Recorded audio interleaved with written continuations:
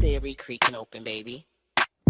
Yo, welcome to the screen where the plot gets bent. Julie B deep dives, not just for content. She don't react, she dissects those threads from the lens, catching clues y'all missed when the credits end. What you know about freeze framing frames and while you blinking, she building an evidence drum. Got a notebook bigger than the lore itself, and a chat full of nerds with a mental health shelf. Yeah, she sees the glitch, peep the double cross. You just watching TV, she talk to the boss. Every theory a thesis, no throwaway guess. While y'all on season 1, she in season X. Said rewind it slow it, zoom in enhance. Julie B caught the symbol in the window glance. While you tweeting what just happened like a clown, she already made a flow chart, color coded breakdown. They don't die like us, they don't vibe like us. They binge and they bounce, we revive that trust. They skip intros, we every frame. You watch shows, we decode the game. They don't die like us, nah, they don't die like us. She cracked Severance before y'all knew it was deep. Predicted the Last of Us deaths in her sleep. When the camera pans, she ain't blinking once. Catch a ghost in the glass, call it theory punch. Watch parties lit like apocalypse nights. Call-ins while they bringing alien rights. Hey, Julie, I think the trees are spies. Well, I have a spreadsheet that confirms that, guys. Zoom in, boom in, she moving through clues. Spinning Discord in the courtrooms, Lord of views. Got miles of receipts. Time stands with heat. Every rewatch turns into a Reddit elite. You stuck on the surface, we beneath with maps. Cross-referencing lore with the rector's caps. If your fave show got secrets, don't be dumb. Julie got the chalkboard out in From's where it's from. They don't dive like us, they don't vibe like us. They skim the edge, we inside that crust. They zone out, we zone in the pain. You say plot twist, we say nope, chain. They don't dive like us, nah, they don't dive like us. What's that? That ain't a blooper, that's a plot thread. You thought it was a shadow? She thought it was a coded message from season 3. And she's probably right. Step this way if your mind's unbent. Step that way if your theories pay rent. Say Julie B, deep dive queen. Now zoom, scroll, theorize, pull. Ain't no rabbit hole safe once she got the cloud.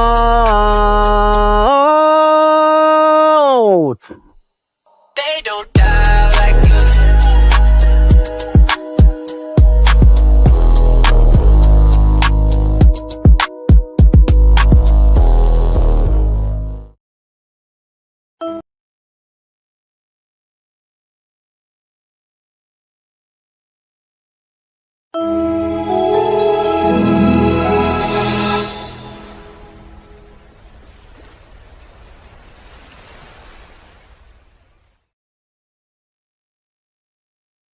Hello, welcome to Julie B Deep Dives, and I am ready to start breaking down the second to last episode of the second to last episode of The Institute, season 1.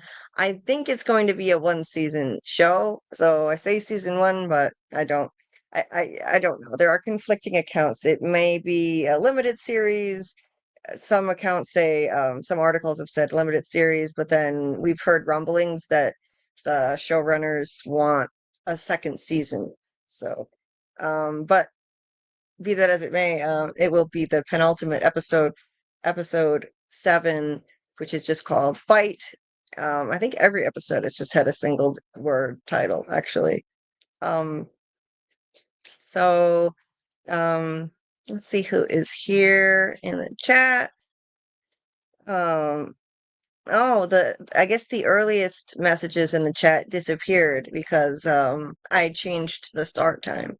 Surprise. What else is new? But I did see there were a couple messages. There were a few messages in here earlier. Carl was in here first, and then Dieter wrote some stuff too, but all of that got erased. It wasn't me, it was YouTube that did it. And then Steve here, Steve actually, I think you might be third because those original messages got erased from earlier. Says one of these days I'll be first. Gotta stop keeping my phone in do not I think it's DNS mode. Do not I don't know, DNS mode. Well, I appreciate the enthusiasm, Steve. Hey, Dieter. Carl has some TP or some inside information. Um, yeah. Um, he says, today I have to work with a colleague, so it sucks I can't listen to everything. Um, sorry you have to do that, but there's always the replay.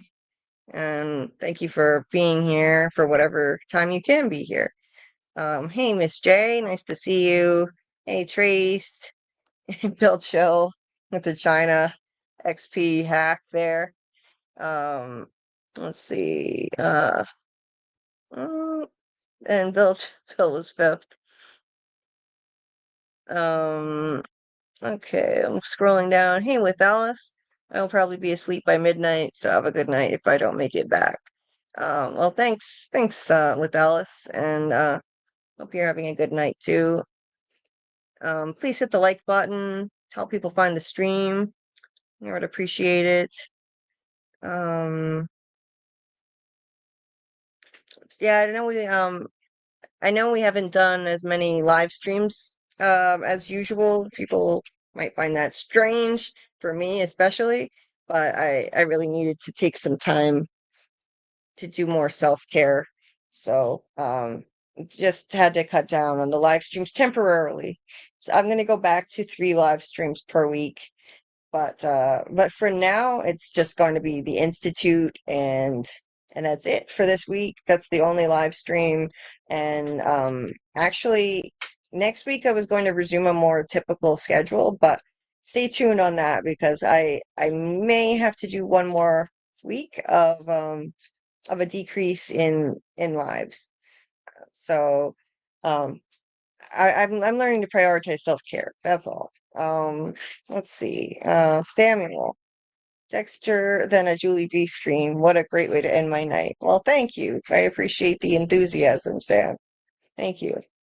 Hey, Kelly. Looking forward to the live tonight. Thanks, Kelly.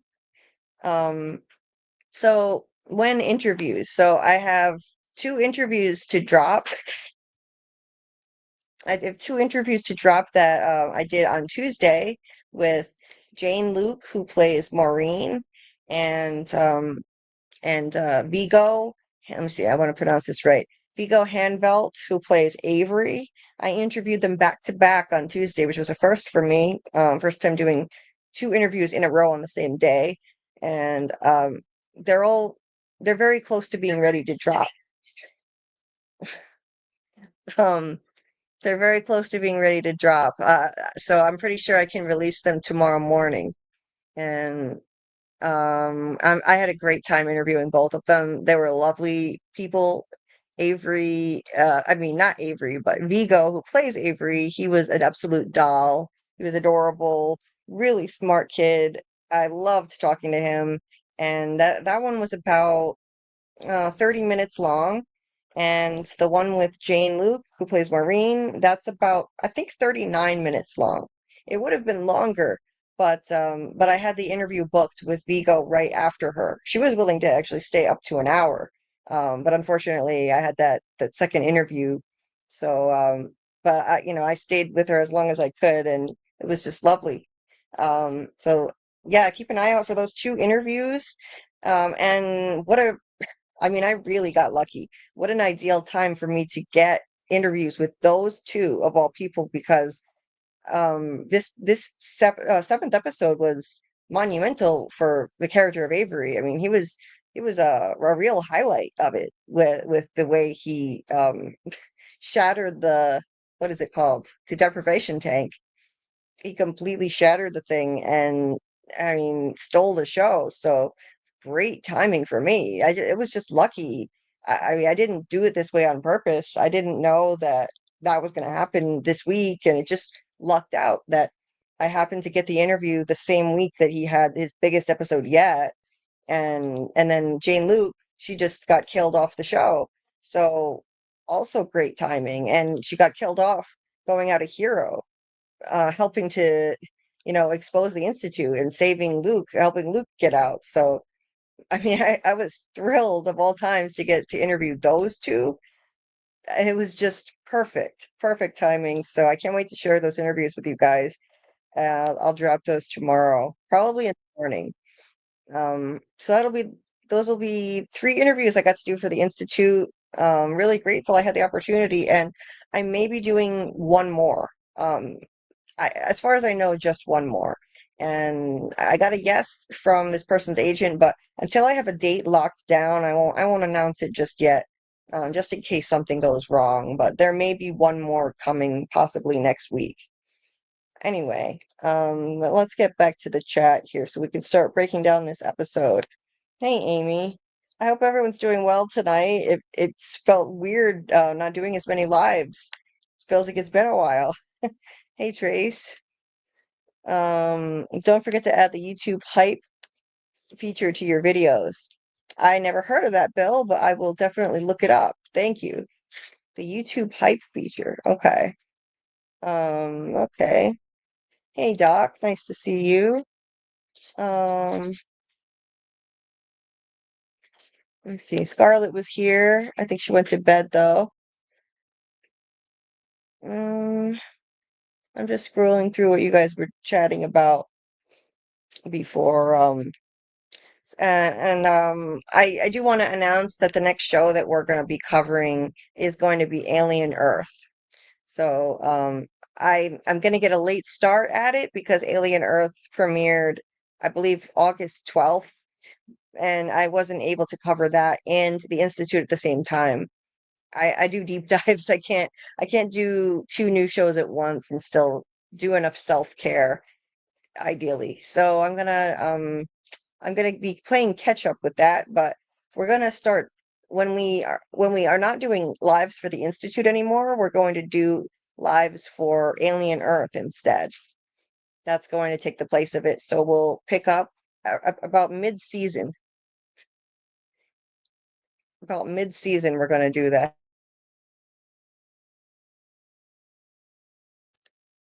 So yeah, it's a great show so far. I've just recently started playing it. I mean watching it rather. So um anyway, hey Shadow Skull, nice to see you. Um mm, anyway, um Shadow Skull said it is so very good to hear all y'all and see y'all. All my loves and happy wishes to everyone. Wow. Same right back at you. I hope you're doing well. Shaggy, it wasn't me.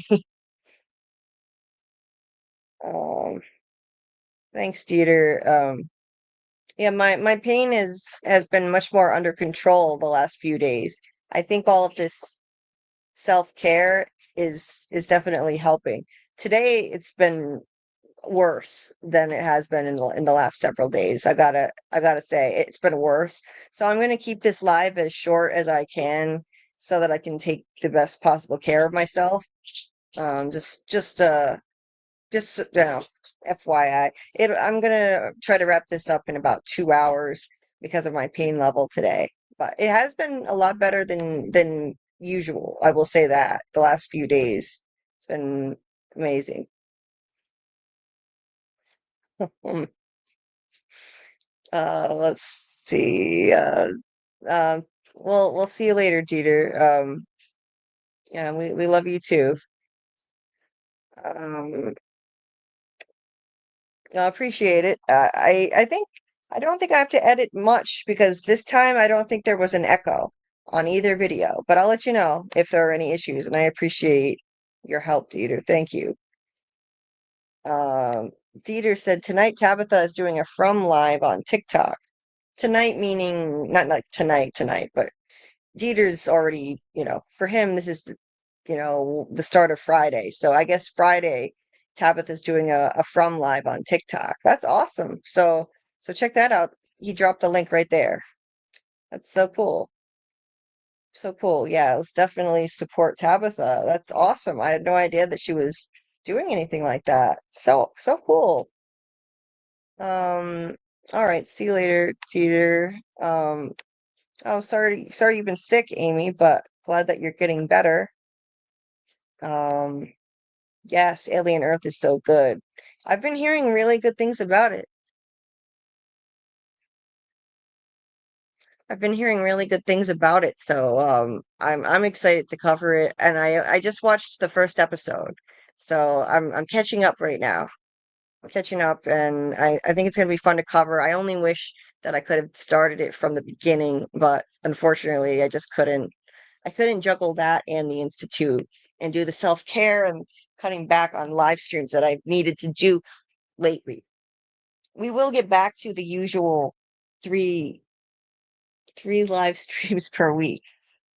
We'll get back to that. It'll be a Monday, Wednesday, Friday deal again. This is a temporary thing at the moment, cutting back. So it'll be I think for Alien Earth, we're not going to do Monday nights because Alien Earth drops on Tuesdays. So we'll find another night for Alien Earth. I don't like to do two lives in a row normally, two nights in a row for recovery. I like a break in between, but I think we're going to have to for Alien Earth. We'll let you know. We'll do a different day for that, and that will take the place of the live we do for the Institute. We'll do our story time with Doug lives. Oh, that's the other thing I wanted to talk about before we dive into the Institute. Um, so we'll be getting back to FROMacademy soon. We'll let you know when. Of course, that'll be Friday nights again, but not this week. We're still on hiatus from Academy. And for the story time with Doug lives, we're doing our book club. So for any of you guys who have not heard, we're having our little book club with Doug. And if you want to read Doug's book, you can do so with a free PDF copy that we'll email to you. Just DM me on Discord or email me at JulieBDeepDives@gmail.com. And we're giving out free copies. We've already given out like a dozen of them. So if you haven't heard about it and you would like to read it, then email me. I'll send you a free copy. And Doug was kind enough to provide those um, because you can't get that anywhere else. This is an exclusive right here on the channel. It's very difficult to get published, and his novel has not been published, and so we're doing a special little book club, and we're going to be doing a series of lives to discuss it. So if you want to read it, you still have plenty of time because we're not going to do the first one for at least 2 weeks. So we'll do some special story time with Doug lives for his book, which is called The Poor Player, and it's loosely based on his own life. It's like a fictionalized version of his life. And if you love Doug's sense of humor and his personality, then I promise you're going to love this book. So, and it's free. You can't beat free. So email me if you'd like a copy, JulieBDeepDives@gmail.com, or DM me on Discord and send me your email address that way. Um, and we'll keep you posted on when we're going to do the first of a series of lives. We're going to break it up into sections. So we'll do separate parts of it, separate sections of the book, not all at once. And we'll discuss. You can ask whatever questions you want of Doug. You can call in and ask questions or write your questions or comments in the chat. And I think it'll be a lot of fun. I promise you're going to love this book if you enjoy those lives with Doug. So that's the other thing I wanted to mention. Now let's get into the episode. Um, we have more than a week, Amy. So it's going to be at least 2 weeks. So not next week, maybe the week after, but I will keep you posted on that. So there's some things shifting and changing in my schedule right now. So I will keep you posted, but you've got plenty of time, suffice it to say. And the first one that we do is only going to be on part of it. So we're not even going to split it into two. We're going to split it into smaller segments, maybe 4 sections. We could do like the first 100 pages, second 100 pages, third and fourth. It's about 400 pages long. So we'll keep you posted, but you have plenty of time. Trust me. At least 2 weeks, maybe even 3 weeks before we do part one of our series on that. Dieter points out here that I have these different ways that you can support the channel since I'm not monetized, and there isn't any way to do memberships or super chats. If anyone is so inclined, there are these different methods like Cashapp or Venmo for people in the States. There's Buy Me a Coffee, which is international. It's all around the world. And PayPal under Dieter's name, but with a comment for me. So that goes to me. So thanks for sharing those links, Dieter, and those will be in the description of this video too. I'll also link my I recently interviewed Mary Walsh from the Institute, by the way, for anyone who hasn't seen it. If you haven't checked it out, it's one of the most recent videos on my channel, and I had an amazing time interviewing her. She is a blast to talk to and to listen to. She's hilarious. And what a legend of Canadian comedy. I was honored to have that opportunity. So, and she was so generous with her time too, for a 42-minute interview. It was just awesome. And I'll throw the link to that in the description of this video if you're listening on the replay. And tomorrow I'm gonna have 2 more interviews to drop from the Institute. So yeah, Amy, you're gonna love it. Trust me. Trust me. And you're welcome, Amy. Also, Dieter is going to do a giveaway of the Institute book on the finale live stream. Thank you so much. Very generous of you. So that'll be next week. We'll do our finale live stream for the Institute. Stay tuned on what day that's going to be. I'm not 100% on that. Probably Monday, but we'll let you know. Okay, so I'm going to pull up the images now so we can discuss the episode.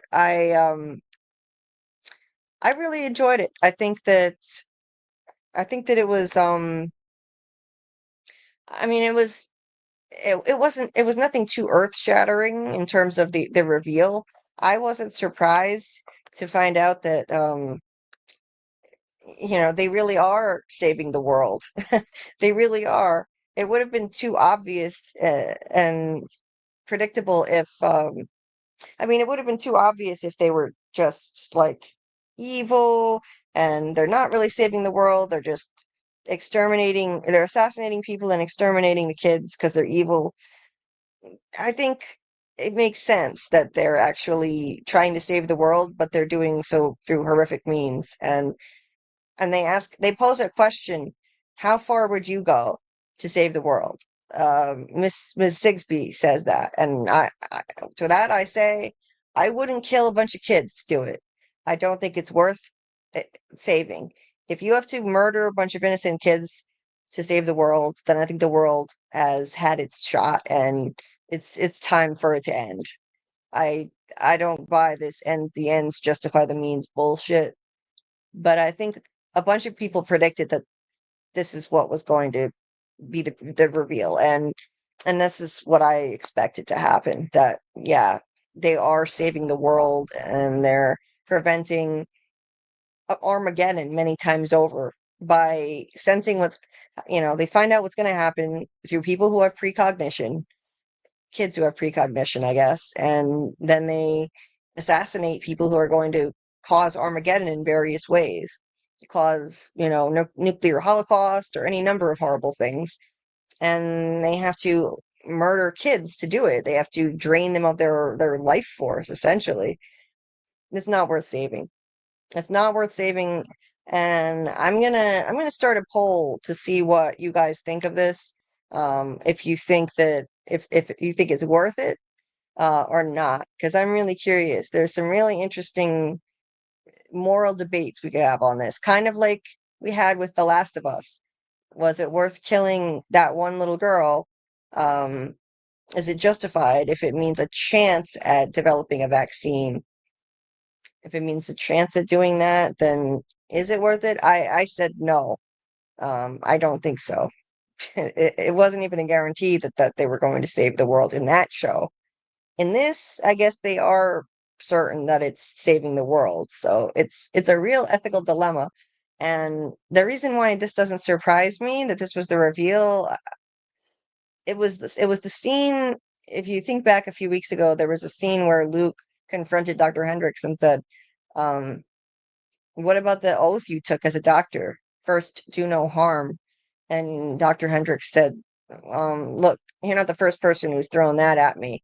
And trust me, I've looked at this from every angle, and the ends more than justify the means.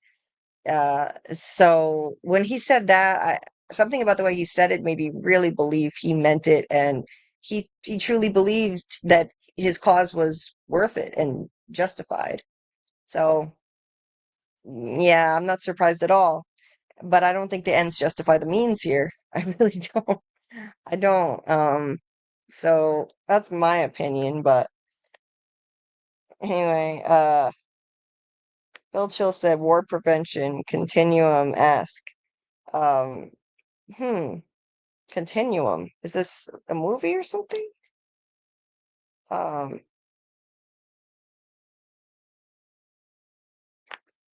oh, okay. Yeah, it's a TV show. That's right. Yeah.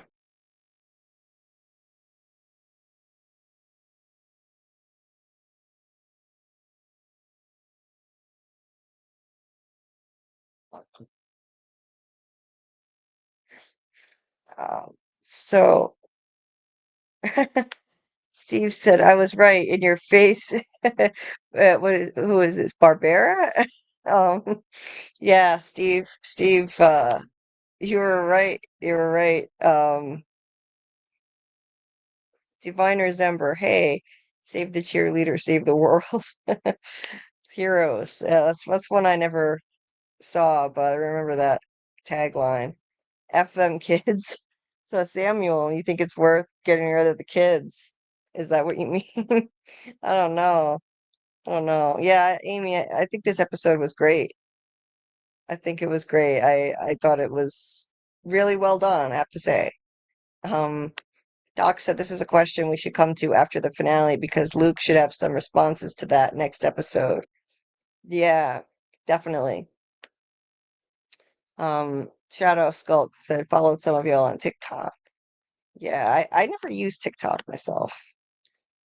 Um, Diviner said Kant's categorical imperative is a lens. Oh, okay. Um, yeah, I don't know. It's a real philosophical quandary. Samuel said 8 to 10,000 kids over 70 years is worth it. In my opinion, the Institute should have tried harder to develop their skills, though. Yeah, I don't know why they're not trying to develop precognition as much right now. That's the whole reason that they know what they know. So why are they halting the PC track at this particular location? Maybe they'll explain that in the finale, because I don't understand that. Diviner says, gotta check Heroes, only 4 seasons. Okay. Yeah, maybe I'll give Heroes a shot. Samuel said one strong TPTK PC is all you need. Yeah, you would think, for sure. I don't know why they're not trying to develop PC. They alluded to the fact that they're developing it in other locations. That's what Sigsbee alluded to. So maybe they're doing it at other branches of the Institute. I don't know. That's what I remember her saying, but who knows if it's actually true. I want to know why they're not pushing that more, because that's essential. They need to know what's going to happen so that they can use their TP and their TK to circumvent Armageddon in all these different ways.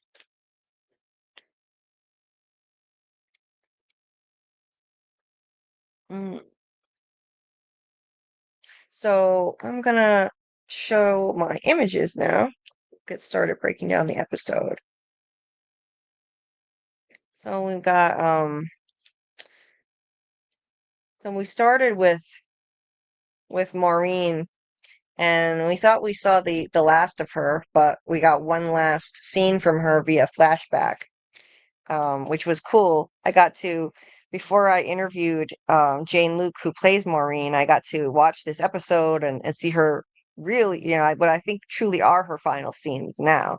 And she slayed these as well as the previous episode scenes. She did an amazing job. She was saying, I hope this works. I'll never be strong enough to do this again. Um, Luke, if you're watching this, it means that you're out and I'm dead. Um, and yes, indeed, that's exactly what this means. She says she's gonna hide this in her uniform. And she's like, I made a hole. I'm gonna record everything so you can show the world. So she hides the phone in her clothes, and she goes and she just gets the goods on what they're doing here, and that's how it winds up on the flash drive that Luke takes out. And while we hear her voiceover from the video, we see her body being wheeled to the chimney, to to the incinerator, to go up the chimney by Tony here. She says, "My life story doesn't matter. I'm going to hell anyway. I knew that 20 years ago in Afghanistan." Um, so she served in Afghanistan, and I think the implication was that she was part of, like, she was basically like involved in or connected to groups of people who were committing war crimes. And so she didn't think that she'd be able to get a job anywhere else, and she was trapped into working, she felt boxed in and trapped into working for the institute.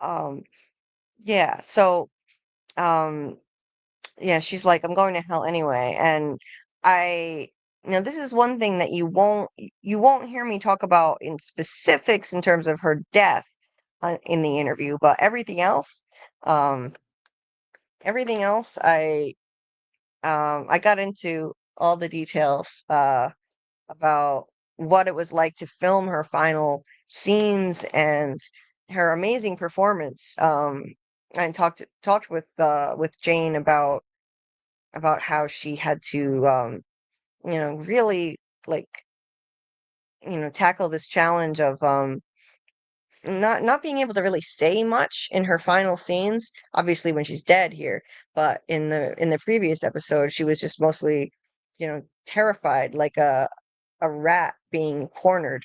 And you know they the noose was tightening on her, and she knew she had nowhere to go. I didn't even mean to. That was just an analogy. I forgot that she hung herself as I was saying that. But yeah, she was being backed into a corner, and you could see the fear in her, and then the resolve as it came time for her to decide to sacrifice herself so that Luke could get away, and that his story could be told. She sacrificed herself. She when she smuggled him out, she knew that there was a chance that she wasn't going to get out of there alive.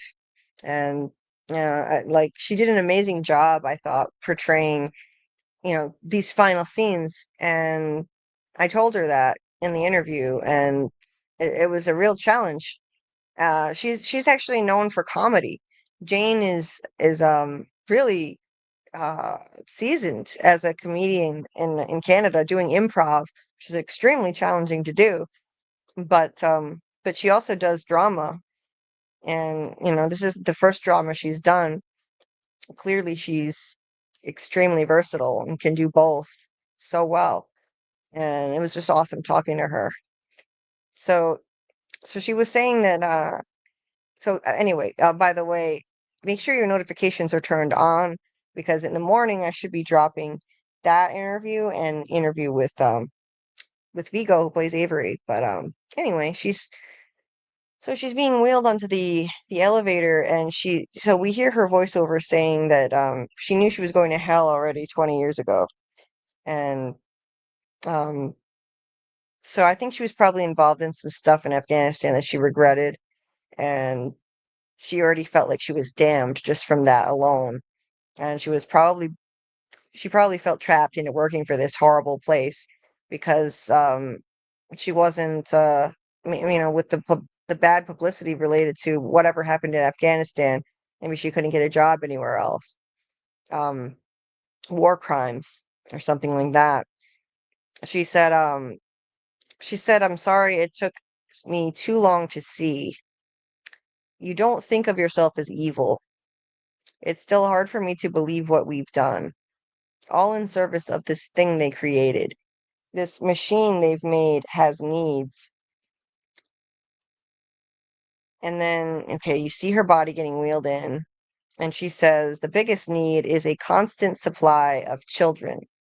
So, what I think she's referring to here is metaphorically, this the Institute has created this sort of machine.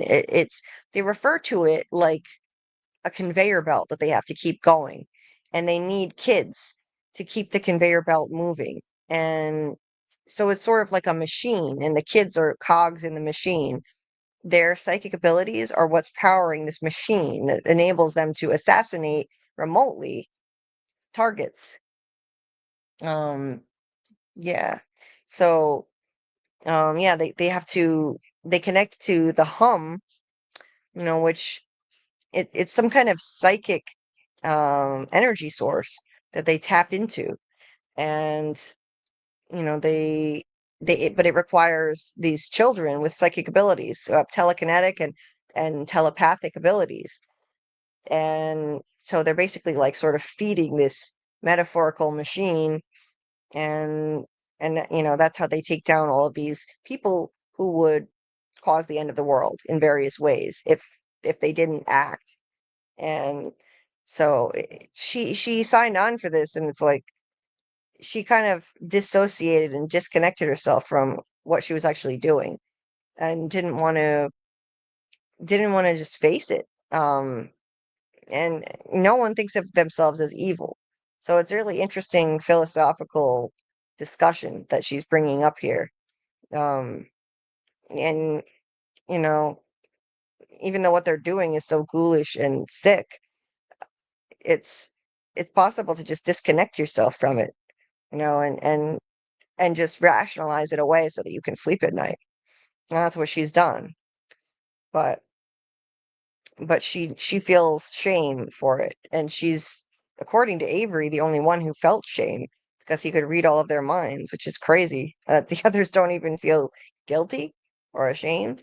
She's the only one with a soul, apparently. I wouldn't say she's going to hell for what she did, but that's me. Um, she's actually sorry for it. She's unfortunately complicit in the crimes against these children, though. But I feel that she redeemed herself. I think that this is the completion of a redemption arc, what she did here. This is um this is the completion of a redemption arc, which is uh, you know, she did an amazing job, like getting Luke out, getting this proof on a flash drive. The stuff that she videotaped, this is going to blow the whistle on the Institute. And so I would say about as good of a job as you can do at redeeming yourself. And there's nothing that she can do to make up for being complicit in the experimentation, abuse, and murder of these kids. She may not have done it herself, but she's complicit. But she went out a hero. She really did. She went out a hero. I told that to the actress who plays her. Like, what an amazing way to go out. What a redemption arc. So anyway, she goes on to say that, this so-called machine needs a constant supply of children because back half uses them up. And we've seen how that works. And now this is a shot showing through her clothes what she's videotaping. Um, and it's the kids laying in beds. She says by the time they hit recovery, they're gone, kaput. And they say gorked. Eventually, they just forget to keep breathing. So we've got the chief and we've got Tim here watching the footage in absolute shock and horror. And she says recovery. We call it Gorky Park. She's really ghoulish. But this is the kind of gallows humor that they use just to get by. She says sometimes you just make jokes trying to stay sane. And this is where they all end up. And then she got this on video too, the incinerator. There it is, like right on video evidence. The chief is horrified. So the chief is not in on it. I had guessed that possibly the chief and Drew, the cop, were in on the conspiracy and knew about the Institute. Well, I was right about one of them. Drew is in on it, the other cop, but not the chief. The chief is shocked, so he's innocent in all this. Um, we see her body getting put into the incinerator by Tony. He actually doesn't look like he's enjoying this for once. This is the first time I've seen him actually not look sadistically happy about something horrible that he's doing. He almost looks like he feels bad. Um, so again, she reiterates, no one thinks of themselves as evil. Let me see. This is sad. I felt bad for this character to go out like that. And yeah, that's the end of the tape. So they shut it off. It's so-called tape. It's a recording. Um, and Luke just looks, you know, kind of like in shock. But and obviously the chief is horrified.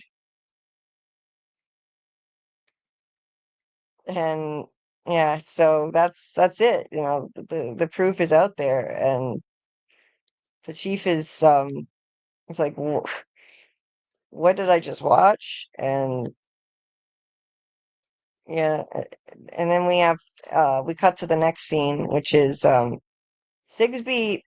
Sigsbee is really hands-on. Now she's out here with the snatch team going to hunt down Luke. Um, she just wears many hats now. She's basically doing Stackhouse's job for him as security, and now she's out with the snatch team hunting down Luke. Um, so they're looking for him, and she's saying that the boy. So she says our asset says the boy is still inside the station. She's referring to, I don't remember his name. He's the guy who runs the hotel. The guy who runs the hotel. And incidentally, he's actually the other one whose agent said yes, I could interview him. We're just trying to nail down a date and a time. His name is Brendan. Brendan. I don't want to pronounce it wrong. I think it's Bizer, but I could be mispronouncing it. Anyway, we didn't see him in this episode, but he was revealed to be a mole in episode 6. He he basically tipped them off that Luke is there at the station. So he's yet another one of the people on the Institute's payroll. They have people probably all over town. So now they're hunting down Luke, trying to get him back. And so they she says they're going in hot. Um and yeah, so basically she uses code, but she's saying if there are problems, then we deep clean. So basically, yeah, they're um the guy who's their asset that she's talking about, his name is actually Norbert Hollister. That's his name. He runs the hotel. He's the one who tipped them off that Luke is at the station. And I'm hoping he pops up again in the finale. Um, but yeah, hopefully I'll get a chance to interview him if we can find a good date and time. So so she's saying that we will deep clean if necessary. So I think that it's basically saying, kill whoever they have to kill to get this kid back, and then they will clean it up after. She also points out that the Night Knocker is ex-army, meaning Tim, so he's going to be on high alert. Um, and then this woman really denigrates a member of our military, which is really bizarre to me. She's like, well, at least he won't be too smart. What a weird line to put in here. Is there some stereotype of people in the military not being smart? That's a messed up thing to say. And she takes issue with it. Sigsbee, she says, "What does that mean?" And the lady's like, I mean, like." And Sigsbee says, "Yeah, my dad's 26 years career army. He has a doctorate and 3 master's degrees." Yeah, and I'm sure lots of people in the military are smart. I don't know why anybody would have the impression that they're not. That's bizarre to me. What a weird, what a weird line. I've never heard that stereotype before. And it's really ignorant to denigrate members of our military like that. But luckily Sigsbee checked her. But moving on, Luke is urging the chief and Tim that they need to go save his friends right away. Um, go up there and save them, but they don't have the resources. Like the chief says, they don't have the resources. You'd need a SWAT team, and they can't just go rushing down there. This is like Mayberry over here. And Luke is like pointing out that, every day kids are dying. We can't waste more time, but yeah, they can't go rushing in there. And they're right about that. And then Drew shows up and it's like the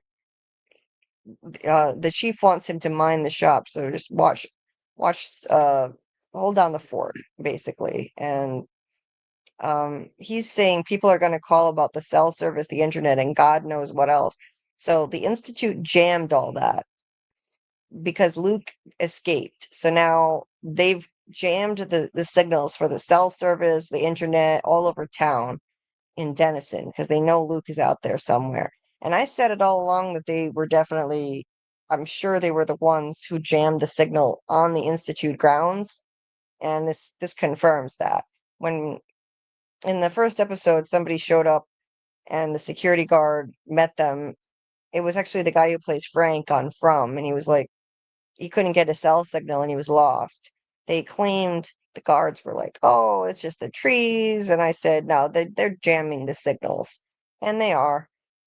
So now they've jammed the signals all over town, and now I have always been suspicious of how completely incompetent this cop is, and I know this is a small town, so you could put it down to that.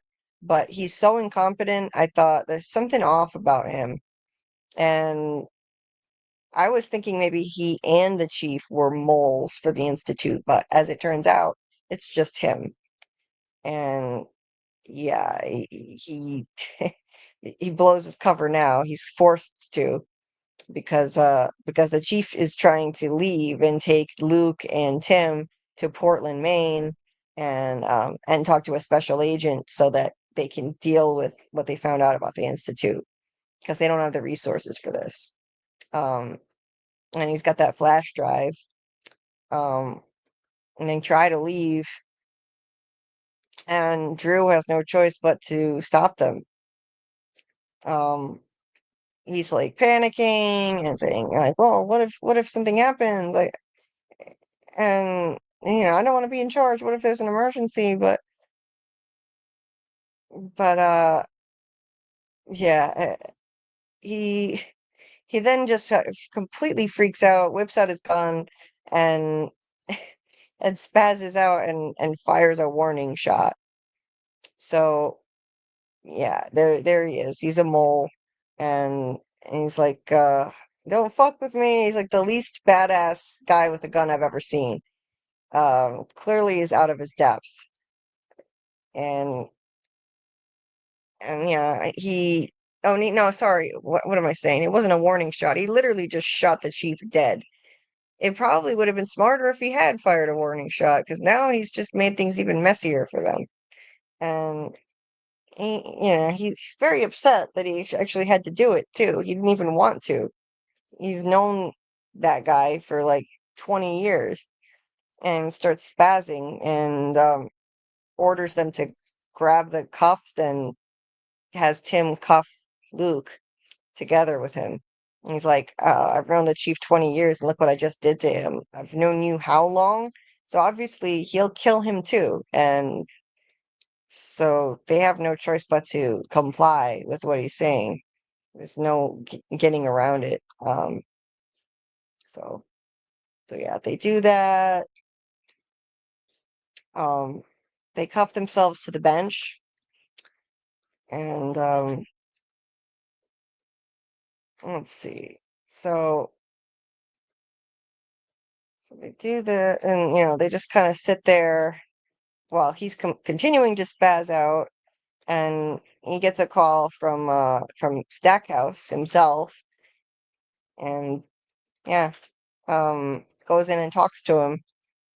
Stackhouse Stackhouse also is meeting with Hendricks, and he's like, um, we're gonna have to move the Dixon boy up quick and dirty. Use the tank. He's talking about Avery.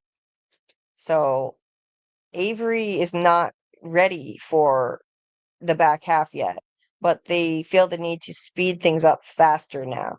So they want to use the deprivation tank to speed up the process and get him ready for back half, which Hendricks points out is a terrible idea. He's too much of a wild card. He is incredibly strong, probably the strongest of any of the psychic kids they've ever had.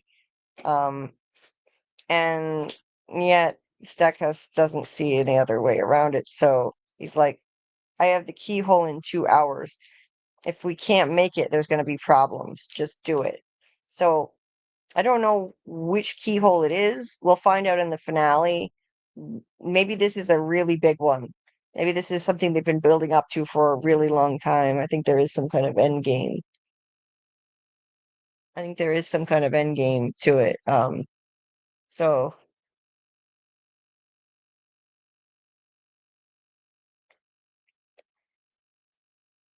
um Hendrik said something about what we've been leading up to for a while, and I forget what it was. It was a recent episode. Um and he was talking about how they've been working towards something. So I think there's some big deal that they have going that they that they're planning on doing at the institute, maybe a really big target. And that might be what they're talking about here. Um so so yeah, they need all hands on deck. And since they don't have Luke,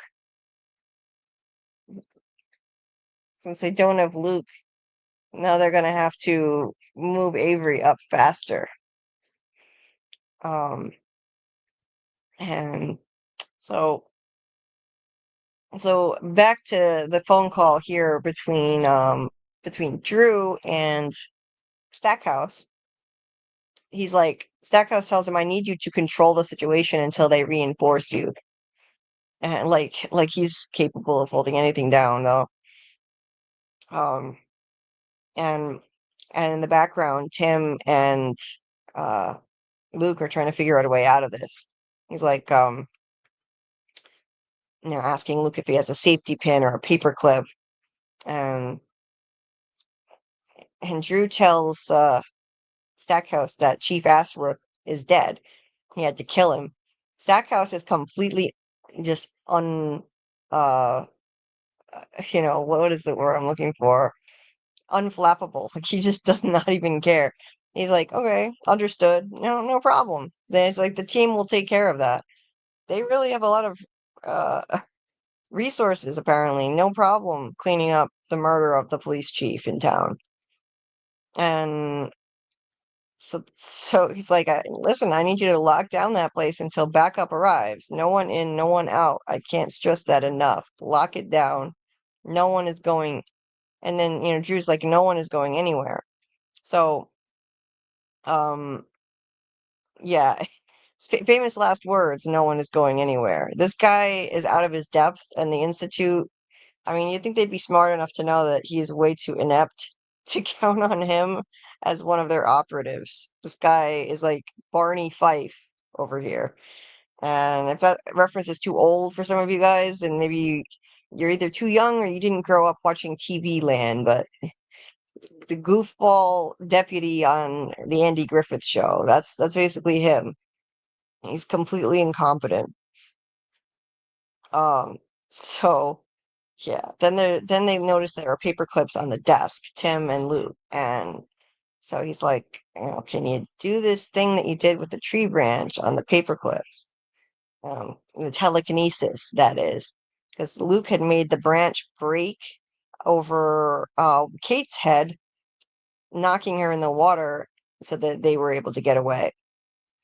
And this only usually works though when he's upset. He has to be really worked up and emotional for the telekinesis to work. He can't just do it on command. So, um, so Drew comes out and he tells them to just stay there, um, and walks out. And you know, Tim is like, you're making a huge fucking mistake, man. But it's like, what does he think Drew is gonna do? Back out of this now? I mean, he's already killed the chief, so he's in up to his eyeballs with this. And he can't handle even looking at this body anymore, so he drags, in a really gruesome fashion, drags his body through the bloodstains out of the room. And then of course Tim remembers, oh no, the flash drive is in his pocket, the chief's pocket. And that's their proof that they need to show the world what the Institute is doing. So that sucks. And then they're back to the paper clips again. So Luke is like, yeah, I can only really do this when I'm upset. I can't control it. See, here's what I think is stupid about this. He's like, it happens when I'm upset or if I'm angry. Dude, you're sitting here handcuffed, and they could come and kill you at any time, take you back to the Institute and kill you, and you're not upset enough to make some paperclips move?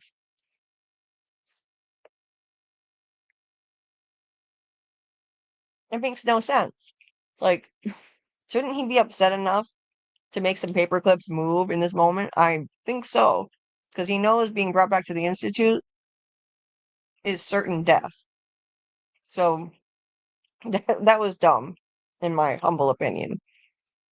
And Tim points it out too. He's like, well, then get fucking upset.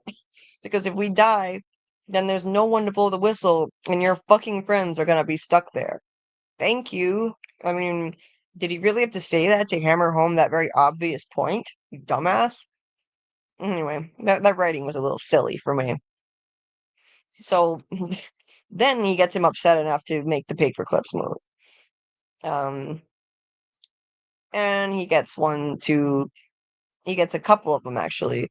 And first he's like, I can't, but and he does it. He gets them to move onto the floor. And there's like a lot of dramatic pausing in this show, I've noticed. I feel like they do this a little bit too often. It's like, okay, we can get to the chase already, but um he gets them to move, and he moves close enough that he's just about able to reach it with his shoe, but he's like, couldn't have got it a little closer. And looks like you do it next time.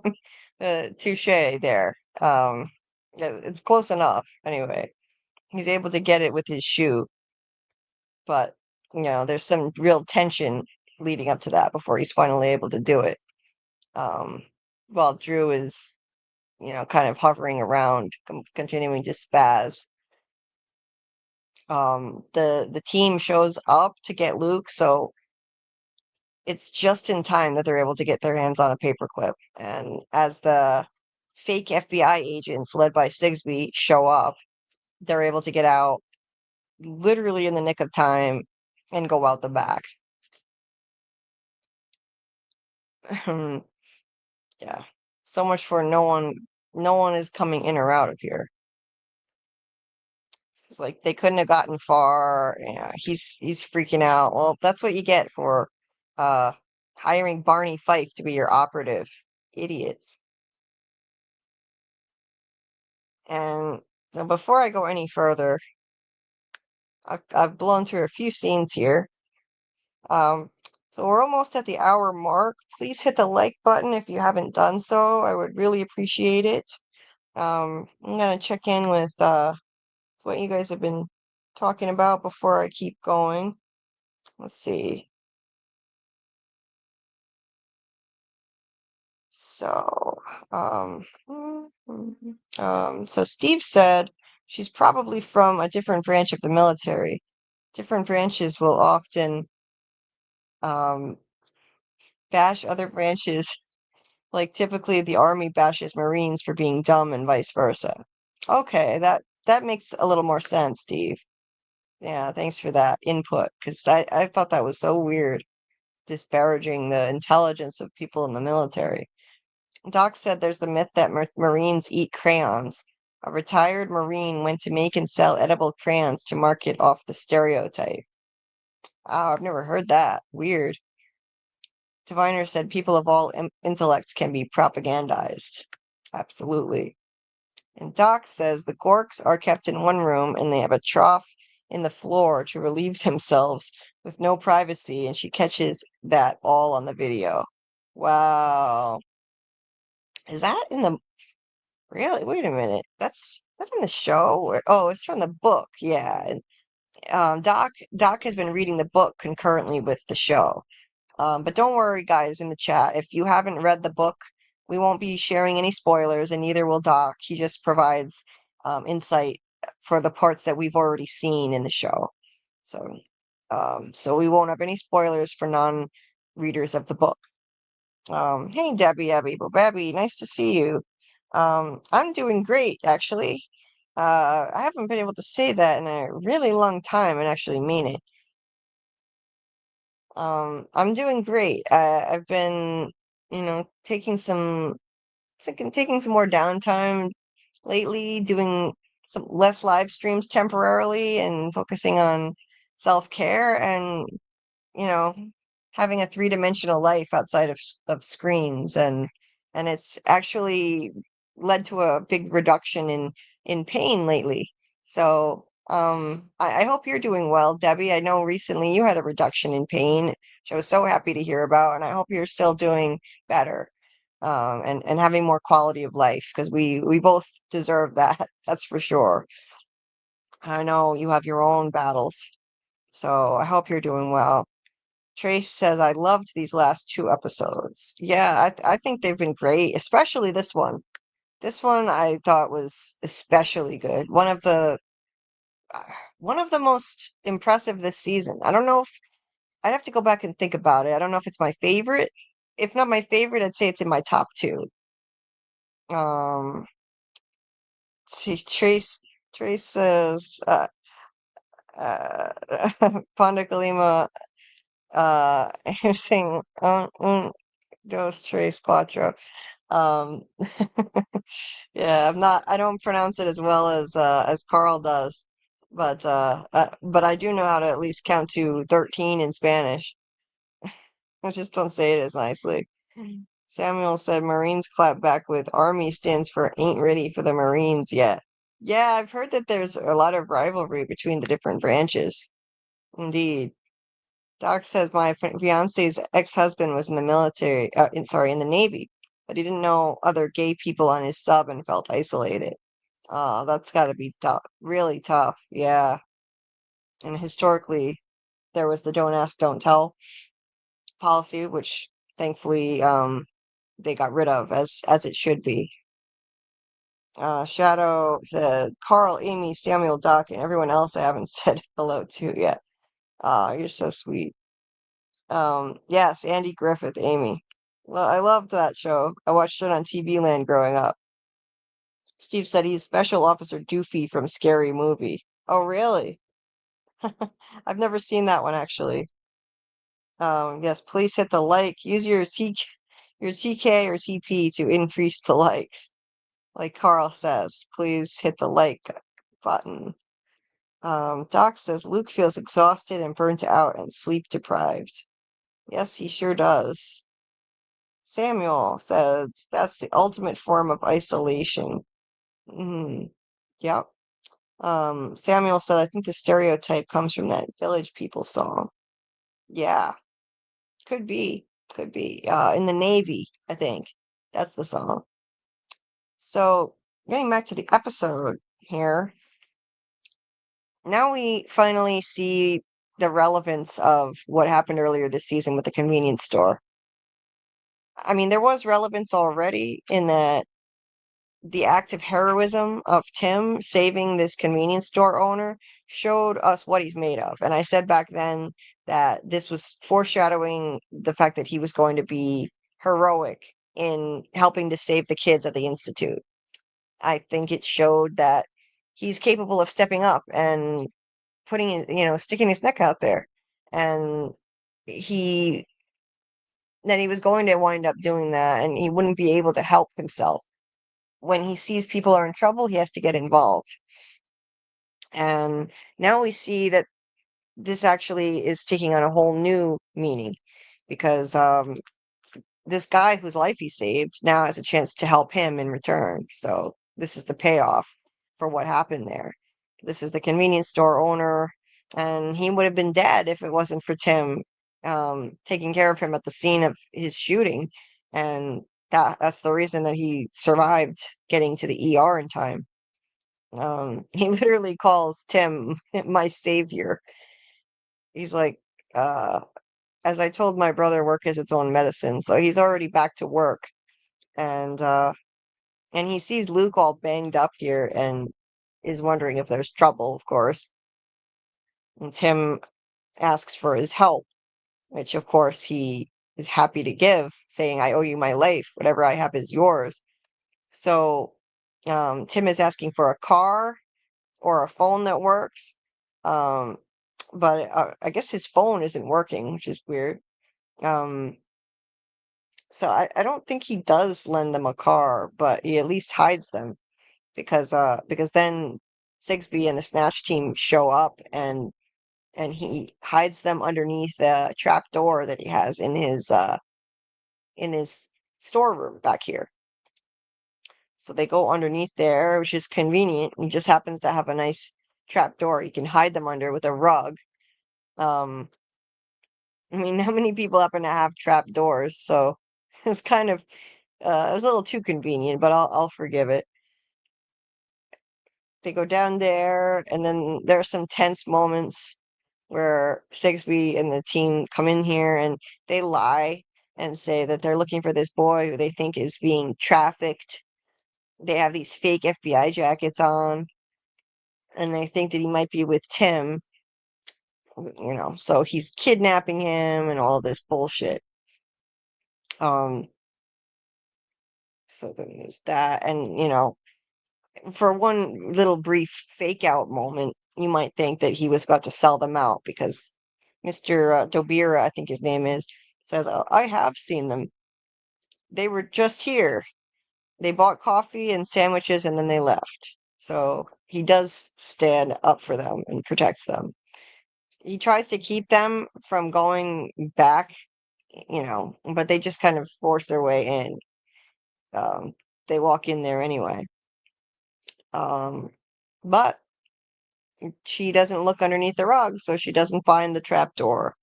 And so he lies and he says that they're driving to Portland in a black car and just throw them off the scent that way. And then he notices that her phone is working. Everybody's phones are jammed. The Institute jammed everyone's signals. So if you got a working phone, then that's a giveaway that you're working for the Institute. That's how in the previous episode they realized, Tim and Luke realized that Kate was working for them because her phone worked. Yeah, he points it out and he's like, what's going on with the phones? And yeah, of course they don't answer and they leave. So he lets them out of the trap door out of the basement and then he says something in his native language. I'm not sure what language this is, but it means together the teeth can cut, which it essentially means when we unite, we are strong.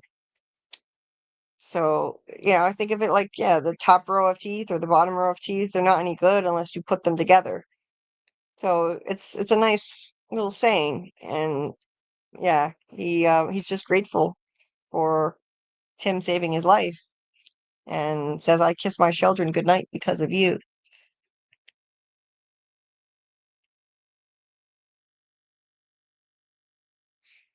He says, "I kiss my children goodnight because of you," and gives him a shotgun, and it's a beautiful thing. So now this, for me, this scene with Avery was the most impressive and exciting in the whole episode. I've been waiting all season for something monumental like this to happen involving the kids' telekinesis. If you have kids with this ability, I just think that they should have used this more in the plot. They should have had this going on more. Think about Stranger Things and 11. She was doing all kinds of impressive things, much sooner in season 1. And all we got to see was a kid making some water levitate in a glass. So, and then we did get to see Luke snap a tree branch in episode 6. But this scene was by far the most impressive of anything we've seen yet in terms of telekinesis. And I'm sure in the finale we'll see something even more impressive. But for now, this was amazing. And I got to talk to little Vigo Hanvelt, who plays Avery, about this scene. And he gave me some behind the scenes information about how exactly they filmed it, what it was like. Because this is really awesome. I mean, this little actor, he was really flexing his acting muscles. I asked him how old he is and how old he was when he filmed this. He said he was 10 years old. And this was his first really big role in anything. He had done several like 6 or 7 Christmas movies, like TV movies, and I think maybe one that was in theaters. And he was in those movies, but he wasn't in as big of a part with as many lines. I asked him, "Is this your biggest role that you've done yet?" And he said, "Oh yeah, this is by far his biggest role he's ever had." And he was so excited to get to do it, and and just absolutely loves what he does. He was so thrilled to get this part, and and he's a natural at it. He did an amazing job in this scene. Just look at this kid. I have been impressed with him from day one, and I told him that. I wanted to make sure he knew just how much people have loved his performance on the show, that he's been a fan favorite from his first episode.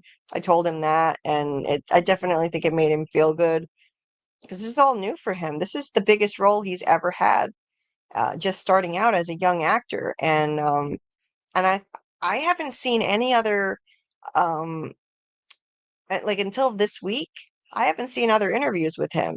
So he hasn't done a bunch of interviews for past projects he's worked on. So this is very new for him, and I just wanted him to know how much we appreciate his performance. And I've loved this kid from his first scene. He is so entertaining, funny, and now we get to see his acting chops, because not only is he entertaining and funny and just sells whatever scene he's in, but he could do a dramatic scene like this and really pull it off. I mean, he's sweating, he's in pain, he can hardly breathe because he's in the oxygen deprivation tank, and they're cranking up the nitrogen, which makes their lungs basically deflate, is what we were told. It feels like their lungs are going to collapse. And he's in a horrible shape. His nose is bleeding. Hendrix is actually seeming like he feels bad. Like he does have a soul somewhere in there. I do think he feels some remorse, but not enough. And he says apologies, but we have less than 2 hours to keyhole. So they have some really big target in a couple hours, apparently. Um, and uh, poor Avery, he's covered in sweat. His nose is bleeding from both sides. And Tony just says some real dickish thing. Hope you got your diaper strapped up tight. It's just uh once again fucked up, totally sadistic, and basically a schoolyard bully. This is a this is the youngest kid they've done this to yet, which is it makes it even more disturbing. And he doesn't even seem remotely remorseful about it. So he continues on with that, and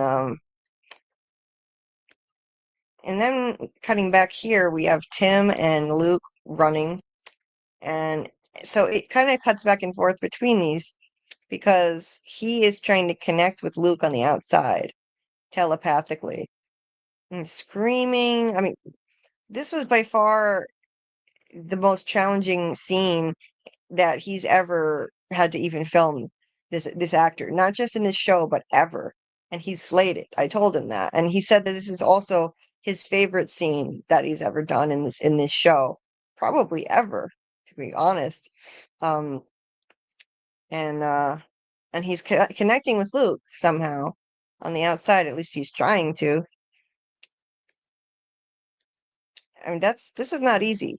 Um, to deliver that kind of performance at his young age with so little experience doing something that intense, I just had nothing but respect for this little kid. Amazing. And then he collapses. So he collapses, and you see him start to, try to really summon his powers. And with every bit of strength he has left in him, and there's some really cool shots. I used one of them for the thumbnail of this live, as he's doing. This reminded me a lot of 11 on Stranger Things, trying to summon his powers and getting this intense look like that. And this is not easy to do. Millie Bobby Brown, who plays 11, has talked about how challenging it is to do those scenes where she's pretending to summon her superpowers or her own telekinesis and other things that she can do. She has to look like she's straining and make this crazy intense look, and it's a lot harder than you would think it is. You also have to pretend you're doing something that you're not, and so something happens around her that's not actually even there, and she has to pretend it is.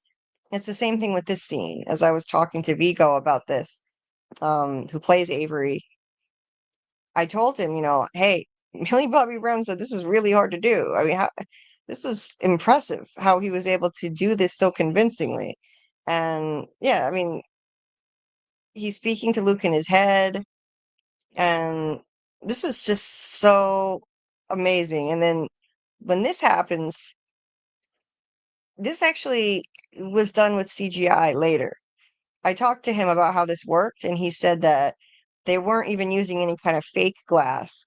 So the glass explodes, which is easily the most awesome special effect we've seen them do on the show yet. And this is my favorite scene I think they've done to date.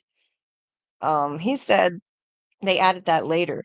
So they filmed him before and they filmed him after, and they added all that, the glass exploding.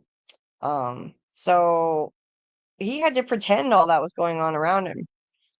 Again, really challenging task for such a young actor at 10 years old when he filmed it, but absolutely nailed it. So check out my interview with Vigo that I'll release most likely in the morning. Make sure your notifications are on. I would really appreciate it if you could like the video. If you watch it for at least 30 seconds, it counts as a view. And if you drop a comment in the comment section, even if it's just an emoji, it'll trigger the algorithm and help more people find it. Because this show is it's only going to be trending for a little while longer, and I'd love to see it get out to as many people as possible before that happens. Because we've got the finale coming up Saturday night, so it's about to come to an end. And yeah, and it's about 30 minutes long, and so yeah, keep an eye out for that. And the interview with Jane, I'll probably release them both back to back.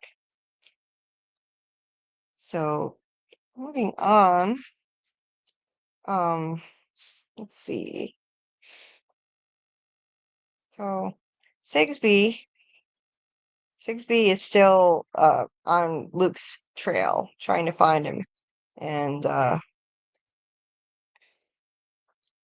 she says that if they manage to find, so if that kid gets out of jamming range and manages to find someone who'll listen to his story, then what'll happen is upstairs will send a burn team so that the people running the institute, um, they'll just go scorched earth on everyone. She said they'll expunge us from the face of the earth, delete our birth certificates. It'll be like we never even existed, which is pretty insane. So everyone would go down for this. Everyone at that branch of the institute, they would just take them all out. It's beyond ruthless. Um, and so Tim and Luke are just kind of sneaking around town. and going to Wendy's house. I knew he was right to trust her. That she would be on his side. It was pretty clear. So they go and talk to Wendy. Avery wakes up, he basically passes out. And for more on how this scene was filmed, check out my interview with Vigo, and he did a great job explaining how it worked. And they shot this part after, they did the before and then the after the glass exploded, um and he's passed out like this. And Dr. Hendricks rushes over to him, and he tells Tony that nothing like this has ever happened. This is the first time. Um, it, as a scientist, he actually just seems really impressed by it and not even upset. It's like it's truly remarkable. He's never seen this before in all the years he's worked there, which is quite a long time.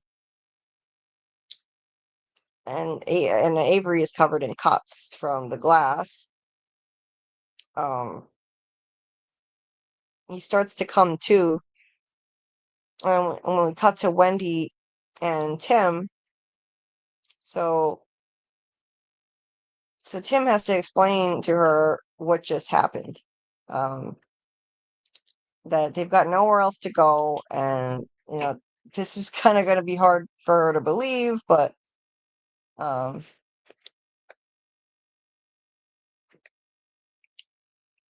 he says Drew shot the police chief, and he's dead. They're in trouble, and yeah, he's got to convince her. He's got to convince her to to help them, and that Luke is in serious trouble. So then let's see. So Sigsbee decides to go back to Denison, and then these people are going to go the other way and keep trying to find them. So because she's thinking that kids tend to hide when they're scared, not run. So she's going to go back to Denison because she thinks that Luke may be hiding back there. She gets out, she gets in that cop car, and she heads back to Denison. And so Tim shows Wendy, like this article about Luke, how he was linked to his parents' double homicide, and he's not guilty of anything, even though the article says he was a person of interest. He was kidnapped. And she believes that part at least, but she says he needs medical attention, social services, and all that stuff. And they've got to convince her that like they can't get anyone else involved. They can't get any authorities involved, but they don't have the flash drive to show her as proof of what was there.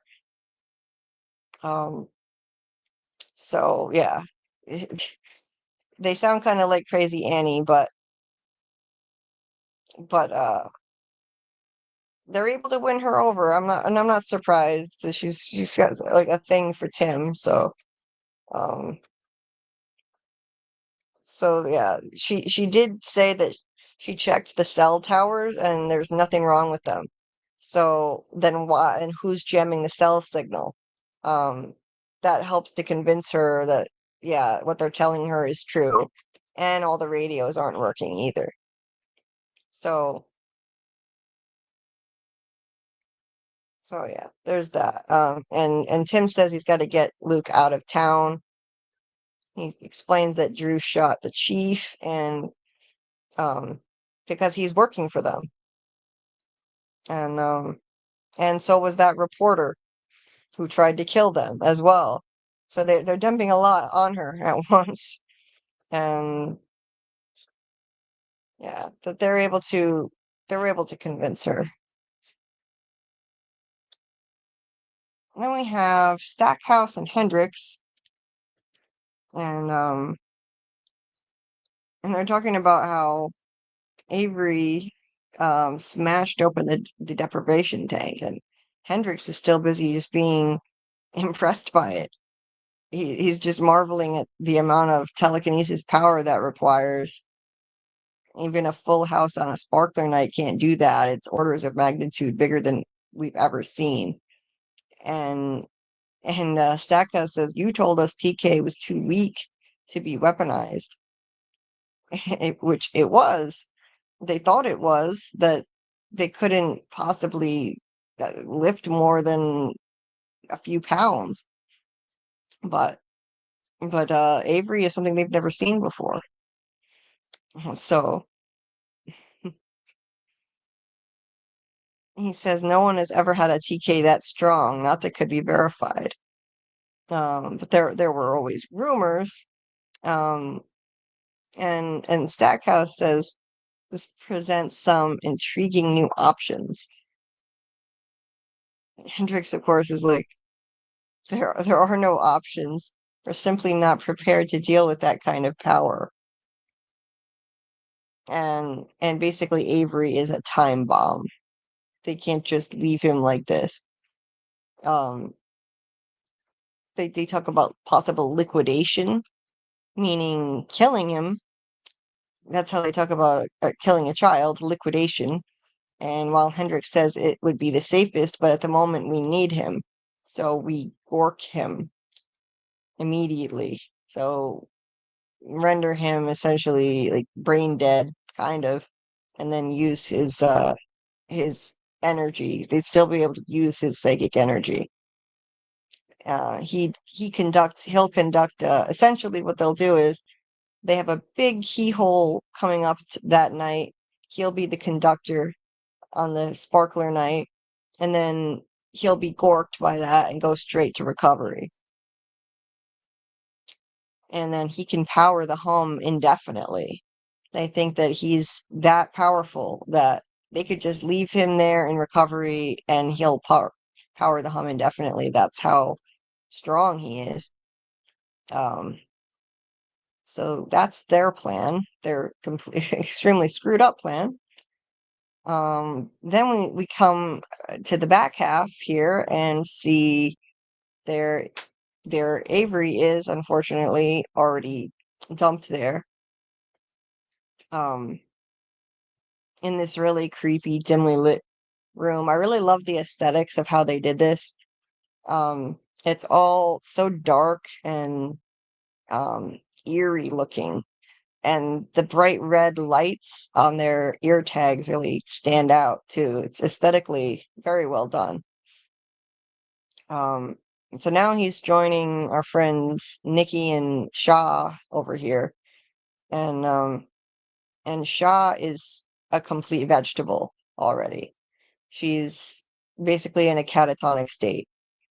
Very close to being gorked, basically. She's turned into a zombie from too many movie nights and sparkler nights, apparently.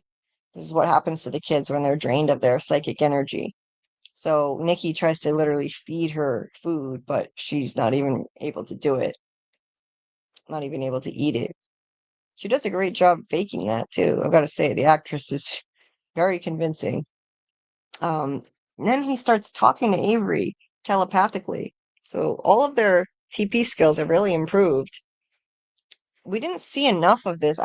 One of my complaints about this show is that we didn't see enough of their abilities over the course of this season.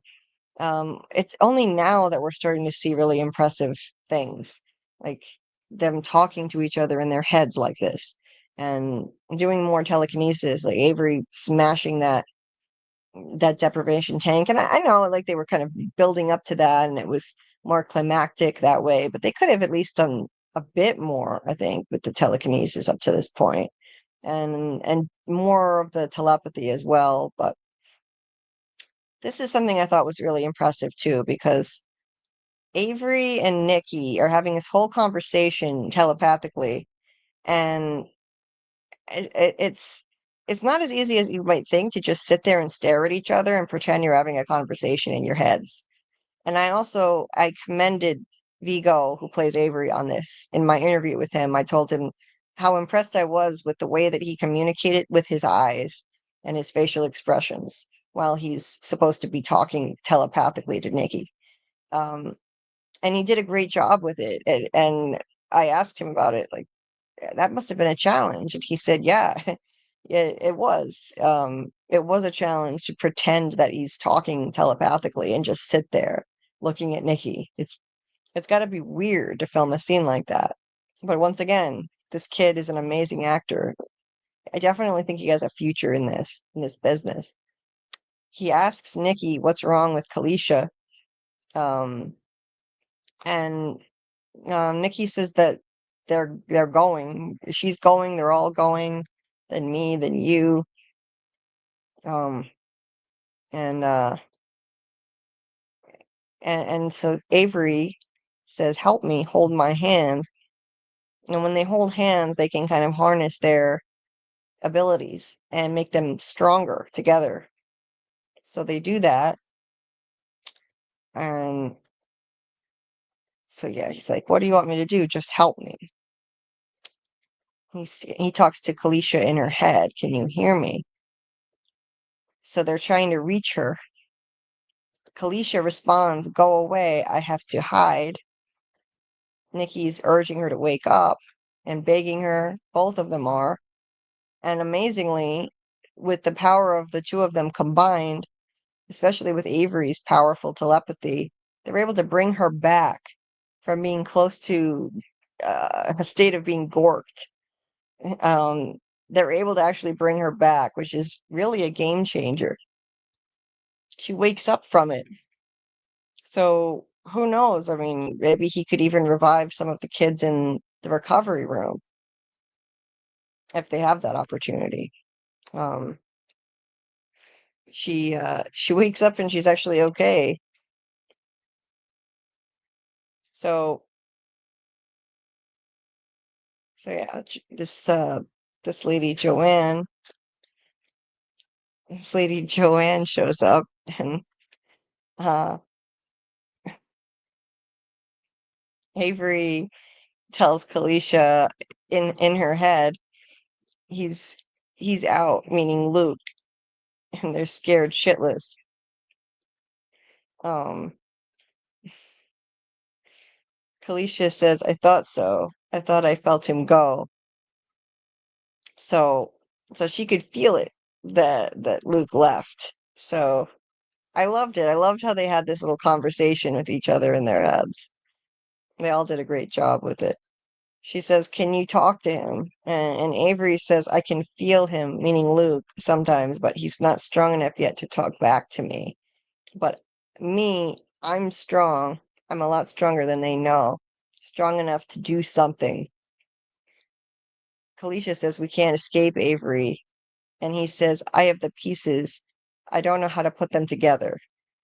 So there's something that I saw in the trailer for this season that we have not seen yet. And it looked like a building from the Institute levitating. So I think that that's going to be Avery and the other kids harnessing their powers together, somehow making the building levitate, and that will be part of how they take the place down in the finale. And as far beyond that, I'm not sure what else they'll do, but Avery is powerful, and I think in the end they're going to actually be able to get out. Um, so then getting back to these folks, so they're debating what to do. Wendy, Tim, and Luke. Do we stick to the back roads, like, we head out, or what? Um, um, and they talk about different places they could go, and then Drew shows up with Sigsbee, and they have to hide Tim and Luke. And so they hurry up and hide, and these two just barge in, like, what's going on? And Wendy's just like, "Oh, the FBI doesn't care about warrants anymore." And she's right. They really should have a warrant before they come barging in. But they do regardless. And So they ask her about Tim. When have you last seen Tim? And like Sigsbee wants to know the last time she heard from him. And she's like, well, he borrowed my car. Why are you asking me about Tim? Sigsbee says he may have had a breakdown of some kind, a break with reality. There's substantial mental illness in his family history. So, of course, they're going to use that against him. We already know his mother was mentally ill. So yeah, there's that. And Wendy, yeah, Wendy is like, she wants to know how they know that. And Drew claims that Tim is the one who shot the chief. So they're blaming it on him, and they're using his family history of mental illness, uh, to justify, to back up their lie. And Wendy is, Wendy is saying, like, she's basically playing dumb. Like, oh, did the chief tell you that? She already knows that the chief is dead. She has to fake it when she's told that he's dead. Fake it that she doesn't know. And they say that Tim is the prime suspect, so they're going to try to pin this murder on him. And so she's like, she doesn't want to believe it. She says she doesn't believe Tim would do it, and she's getting pissed off now at this point because they don't have any right to be in there just searching without a warrant. So she's demanding that they leave. And Drew opens the closet where Tim and Luke are hiding. So Tim pulls a pretty badass move and just points a gun at them, both of them, right in Drew's face. Gets the better of them and gets them both up against the wall. Um, and yeah, he fires a warning shot to prove he's serious. And, yeah, they use this as kind of justification, like, oh, he's gone crazy. And says, you shot the chief right in front of us, so don't fuck with me. So he's pointing out that Drew's the one who shot him. And yeah, Sigsbee pulls this bullshit. Luke, I'm worried about you. Tim orders Wendy to tie up. Well, doesn't have to really order, but asks Wendy to tie up Sigsbee and Drew. And so she does do that, and she claims that the way that she justifies it is that she's just de-escalating the situation. Like, it tells Drew they taught us how to de-escalate it, like have everyone calm down. Let's let Tim calm down. We'll sort all this out. Let's just not point guns at each other. And so she's like, let me disarm both of you. I'll establish chain of custody on Drew's sidearm, and forensics will know if it's what killed the chief. But Tim points out that the chief's body is probably already gone, and he would be right because the Institute cleans up after themselves, and they already would have taken care of that. And so Luke points out that, yeah, she's not really FBI. He tells that to Tim, and so yeah, all of a sudden Drew just grabs Wendy and points a gun at her, and like this was pretty crazy.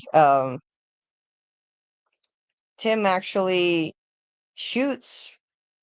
Well, essentially, what happens first is Drew shoots at Tim, and he actually shoots him.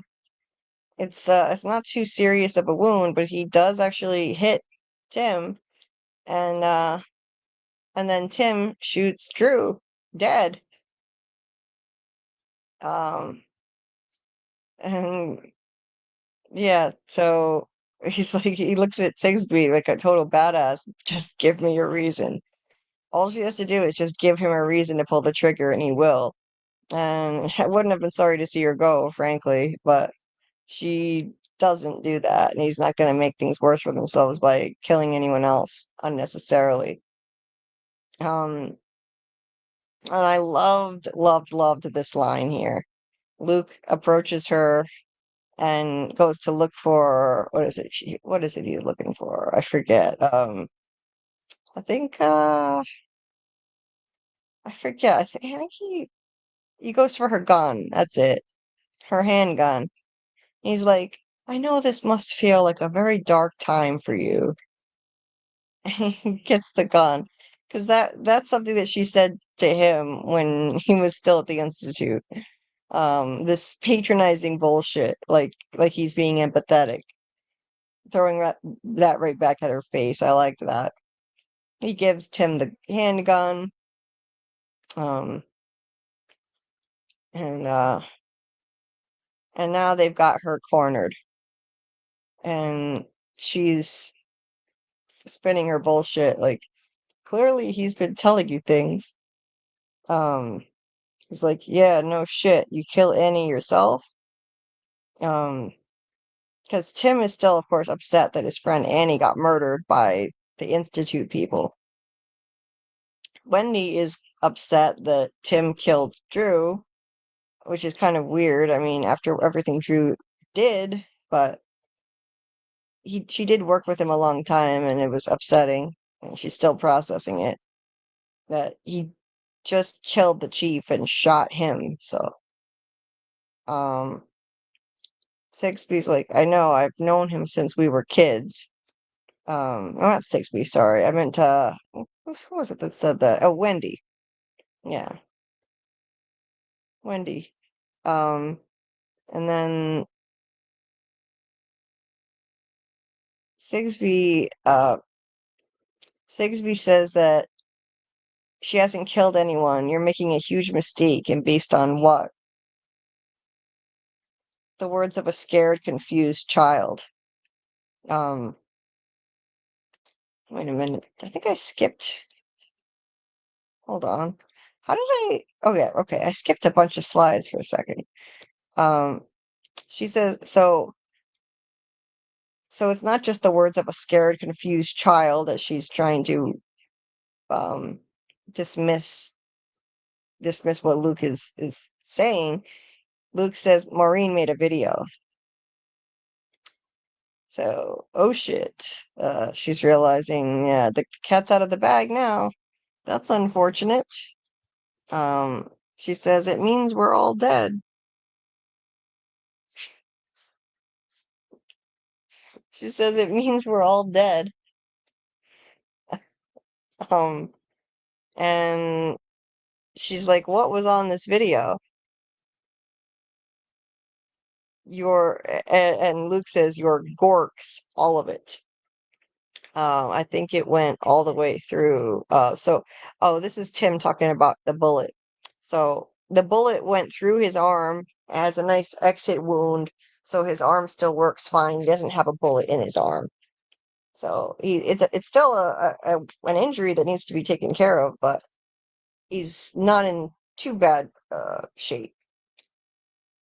Now, before I get into this last scene, which is, I think this is the last bit, which is the revelation of what is going on here. Let me check back in with you guys and see what you have been saying.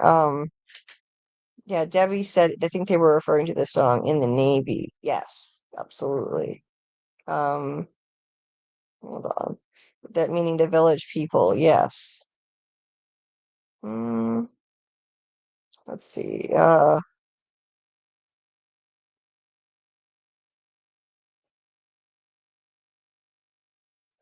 Debbie said, awesome, Julie. What a blessing to have a period of remission.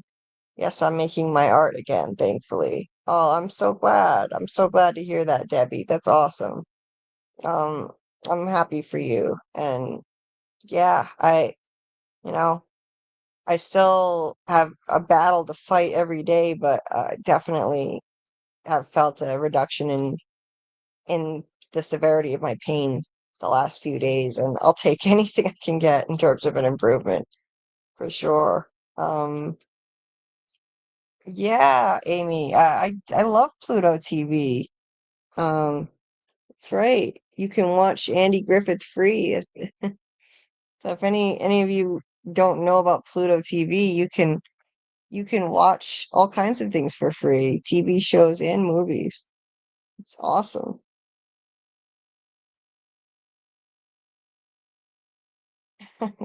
Carl here said gives him a spanking shotgun. Yeah. Amy said I've been watching too much Dexter. I've never actually seen that show. I feel like I'm missing out because um Dexter the new show has been really popular, but I can't watch that without seeing the original. So I'll get around to it eventually. Steve said I had a trap door like that in one of the restaurants I was exec at. I can't tell you how many people fell down that thing because someone left it open. Oh shit. That's terrible. Oh my God. You could break your neck falling down the stairs. That's crazy. Oh my God. Samuel said the ending to the latest episode was awesome. Oh, the Dexter show. Okay. Amy said I did not see the new episode of Dexter. I've got to check that show out. But I have to watch the original first. David Agile, the union of opposites. Oh, hey, David. Nice to see you. Peter said, is Critter in here? Happy birthday, Critter. Oh, it's Critter's birthday. Happy birthday to Critter. Yeah. Hope he has a great day. And Debbie says, Julie, you get the best interviews. Well, thanks, Debbie.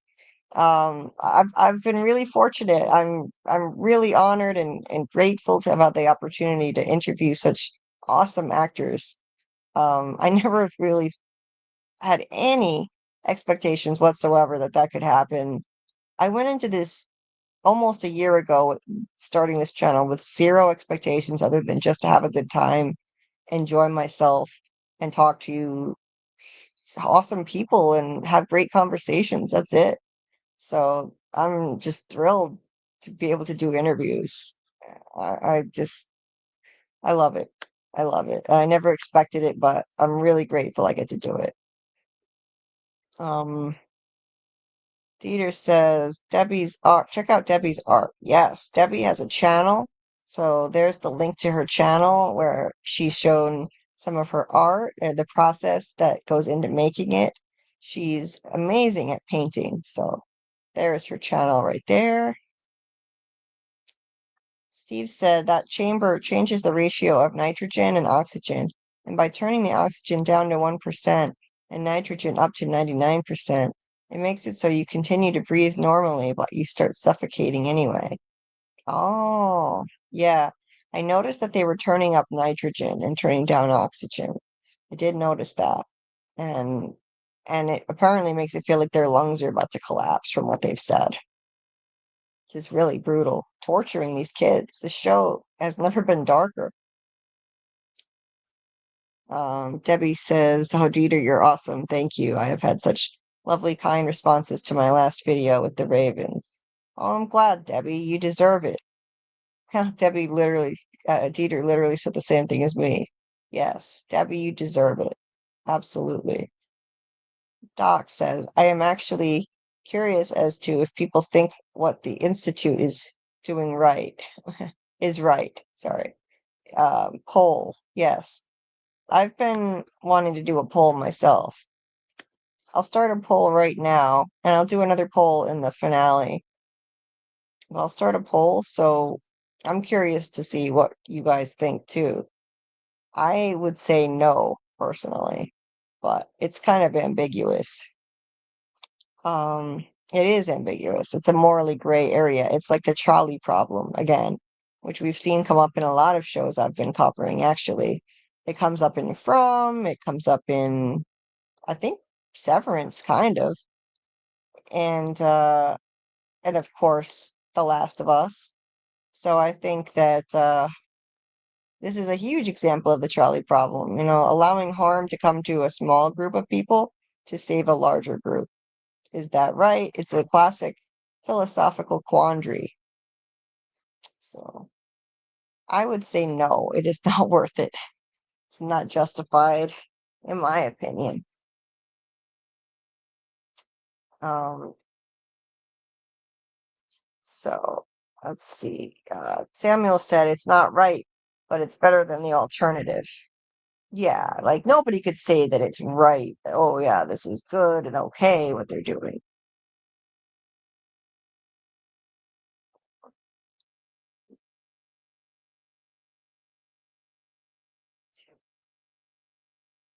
Debbie says, so green, very Stephen King. Um, mm, yeah. Reminds me of in Dark Crystal, they drain their life essence. Oh, okay. Cool.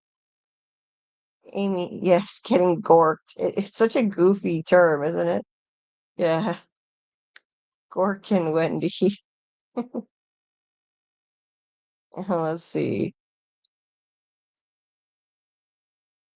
Yeah, I know I've got plenty of time to catch up on Dexter, like Samuel said. The spinoff is getting, wow, it renewed for 2 more seasons. Damn. Why can't they do that for From? Give us a 2 season renewal at once instead of just one. It's a mystery box show. It would help the showrunners plan the reveals better if they did that. I don't know why other shows can get the green light for 2 seasons at once, but From only got one. And I've seen other shows get this too. Silo got renewed for two at once. Anyway, um, Debbie says Star Trek says the needs of the many outweigh the needs of the few, but I certainly couldn't be one of the people involved. Yeah, me neither. I yeah, I just don't agree with this. I think if what it takes to save the world, then we've had our shot, the world had a good run. It's time to move on. So I'm gonna do a quick poll before we get into the last bit of the final scene here. Let's see. Let's see. What do you think of the Institute's mission? Um, it's justified.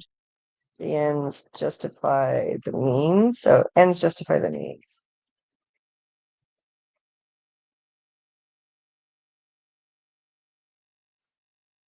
Um, let's see. Um, not justified. Um,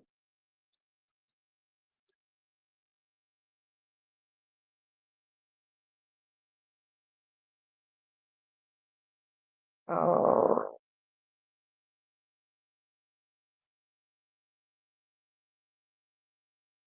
hmm. Um,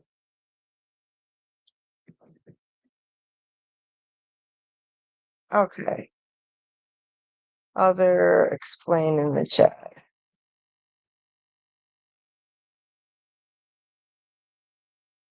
No, wait, why isn't it letting me? I guess I have to have 4 options. It won't even let me do just 3. Huh. I've never tried to do less than 4 before. Let's see. Hmm. Um, I guess I'll say undecided. So there we go. I'm going to wrap this up shortly. So yeah, let me know what you guys think, and we'll run another poll at the top of the next slide for the finale. Let's see.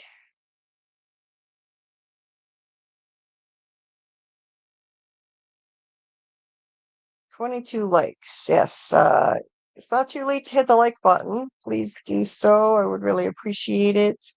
Um, so getting into the big reveal. So Sigsbee reveals the truth about why they're doing what they're doing. Luke thinks that he knows everything, but he doesn't. She's like, you don't know everything. He says, yeah, we know what you do to us, kids like me, and I know what you did to my parents. She says, yeah, but you don't know why. Smartest kid in the world doesn't think to ask why. He says, what's to know? You're using us to commit the perfect crime. Murders with no physical evidence. You're a hit squad. You're assassins, or whatever you want to call it. And she says, and you're the blind man who felt the tail and thought he could describe the whole elephant.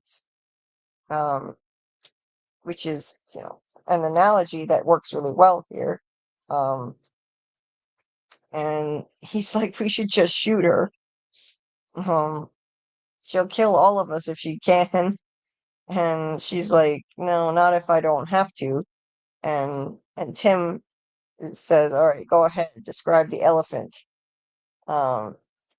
She says, what's the point? You're going to kill me anyway. And Tim comes back at her with, not if I don't have to. He doesn't want to kill her unless it's absolutely necessary. And smart of him. So she drops the truth bomb here. The Institute is involved in untraceable assassinations. And the real question is who we target. He's like, why does that matter? She says, you think we do this for money or politics? You've seen the news about Senator Ramsey. So she's like, he died in a small plane crash recently. And Tim says, yeah, I heard that was you. She says, Ramsey's what we call a hinge. If he'd lived 9 years from now, he's Secretary of Defense, has a break with reality, convinces the president to hit North Korea, limited nuclear strike.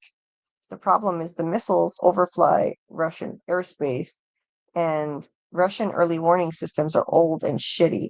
And from their screens, it looks like we're coming for them. They have moments to react, they launch. We have moments to react to that, we launch.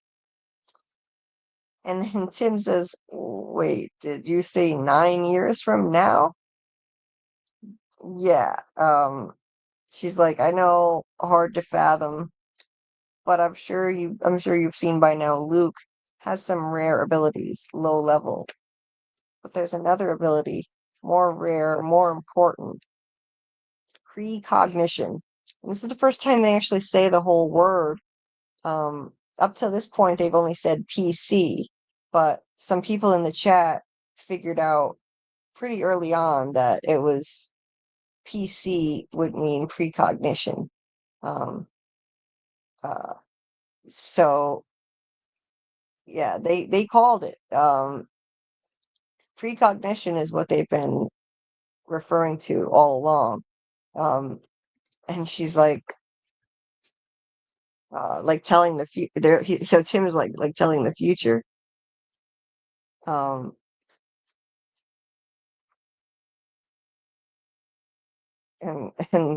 Luke says that PC track. She's like, I'm not cleared to know how many we have at any given time. And she says, so she's not cleared to know how many people they're cleared to find people who will trigger Armageddon. Yeah. So they're like basically the PC track are the people who figure out who's going to trigger Armageddon. And they're hinges. That's what they call hinges, like Senator Ramsey. And then once they found one, they put together a target package and turn over to you for elimination. So yeah, basically, yeah, Luke's got it figured out. And Sigsbee says, since 1950, we've saved the world, I don't know, over 500 times. is pretty insane. Yes, people have died, but billions have been saved. So you're the math whiz. You understand cost benefit ratios. And so yeah, a lot of people would say, okay, yeah, it's worth it. You're talking about, maybe a few thousand kids over the course of 50 years and billions have been saved, but I still say it's not worth it. And let the world burn. You have to kill a bunch of kids to save it. That's my opinion. Um, and she says, what would you do? What would you do to save the world? I wouldn't do this. I'll tell you that. She says, would you do whatever it, well, he says whatever it takes, and she says, correct. I don't get to have crises of conscience. I don't get to feel sad for some particular kid and his poor particular grieving mommy, or the mission fails. And full nuclear exchange, 4 billion people die in 2 hours. Within 10 years, throw in 99% of plants and animals if you care about that kind of thing. And she says to Luke, you can see my thoughts. Am I lying? And he can verify that she's not lying. But Tim points out that that just means she believes it. So he's still skeptical. Like, maybe it's possible that they're not really saving the world and she's being lied to. She just thinks that they're saving it. Hey, that's still a possibility. That's still a possibility, but I I think that I think that they are going to stick to this, that they really are saving the world. Um, I think they're gonna stick with it at this point and not veer off this course with only one episode to go. But we'll see. Who knows? There could be a last minute twist, and maybe Sigsbee's been lied to, and there's a whole other level. There's a whole other tier of people above her. So she may not know everything. She probably doesn't. So yeah, I don't know. But you let me know in the chat what you guys think. Is there going to be another reveal that they're not actually saving the world? Um, I don't know. I think that this is pretty clear. This is what's going on. But he says, if you tell me if you really are saving the world, why not do it out in the open? Why all the secrecy? Why not let us all decide? But I think that the answer to that is pretty obvious. Um, they can't just come out and tell everyone that they're killing kids to do this. Of course they have to keep it secret. She says, we can't run that risk. You understand that. You shot a child in Boston to prevent a massacre. Which, yeah, he did. She says, you walk out of here with Luke Ellis, you're putting the entire world on suicide watch. And that's the line that they leave us on. Um, dun dun dun. There we go. Um, um, so yeah, that's one hell of an ethical quandary. One hell of a moral and ethical quandary. So yeah, so now what? Like, how do they figure their way out? How do they figure this out? I don't know. It sounds like they have a really important target coming up on that very night too. So how does this end? They save the kids, but uh, the world is going to end. uh, I gotta say, I'm not really sure where it goes from this point. And I mean, it seems like that. Hey, Justin. Justin says, "Let the world burn." You're too funny, Julie. Well, hey, I say, let it burn if they have to keep burning up these poor kids in order to save it. I know it sounds kind of dark for me to put it that way, but yeah, nice to see you, Justin. And I hope you're doing well tonight. Um, I'm gonna check in with you guys one more time. I'm actually pretty close to my target time, which is I was planning on streaming for about 2 hours. It was my goal on this. Uh, so I can do some pain management since it's been pretty bad tonight. Um, then yeah, that does it for the breakdown. So let me see what else you guys are saying before we wrap up and head out.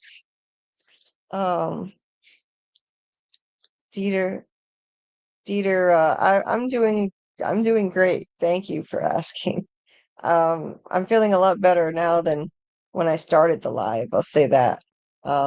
My pain has been worse today than it had been the last few days, but I'm feeling quite a bit better right now. Um, and yeah, I'll definitely walk as soon as when I'm done with this live. I'm gonna do one more walk and before I head to bed because I've actually changed my sleep schedule by a lot. Getting back to a more normal sleep schedule for me. So let's see. Samuel says undecided, or in terms of the poll that I set up, in terms of what do you think of what the Institute's mission is? What is your opinion on it? Samuel says undecided. I don't know if what Julia says is truthful. She believes it, but that doesn't make it true. Yes. That makes it hard to weigh in for some people, I know. If it's true, then I'd change my answer. Gotcha. So next week we'll do another poll when we know for sure. So for sure, we'll definitely do another one. Um, Teeter says, "You are all amazing people. Love you guys. Please like, share, and subscribe." Yes, you are all amazing people. Yes, please hit the like button. And I'm trying to get to 2,000 subscribers. I'm at 1.95K. So make sure you're subscribed. I'd appreciate it. And what else? Um, Teeter says, "Indeed, don't do this to kids or other people. What the fuck? Indeed, let the world burn." Right? That's how I feel.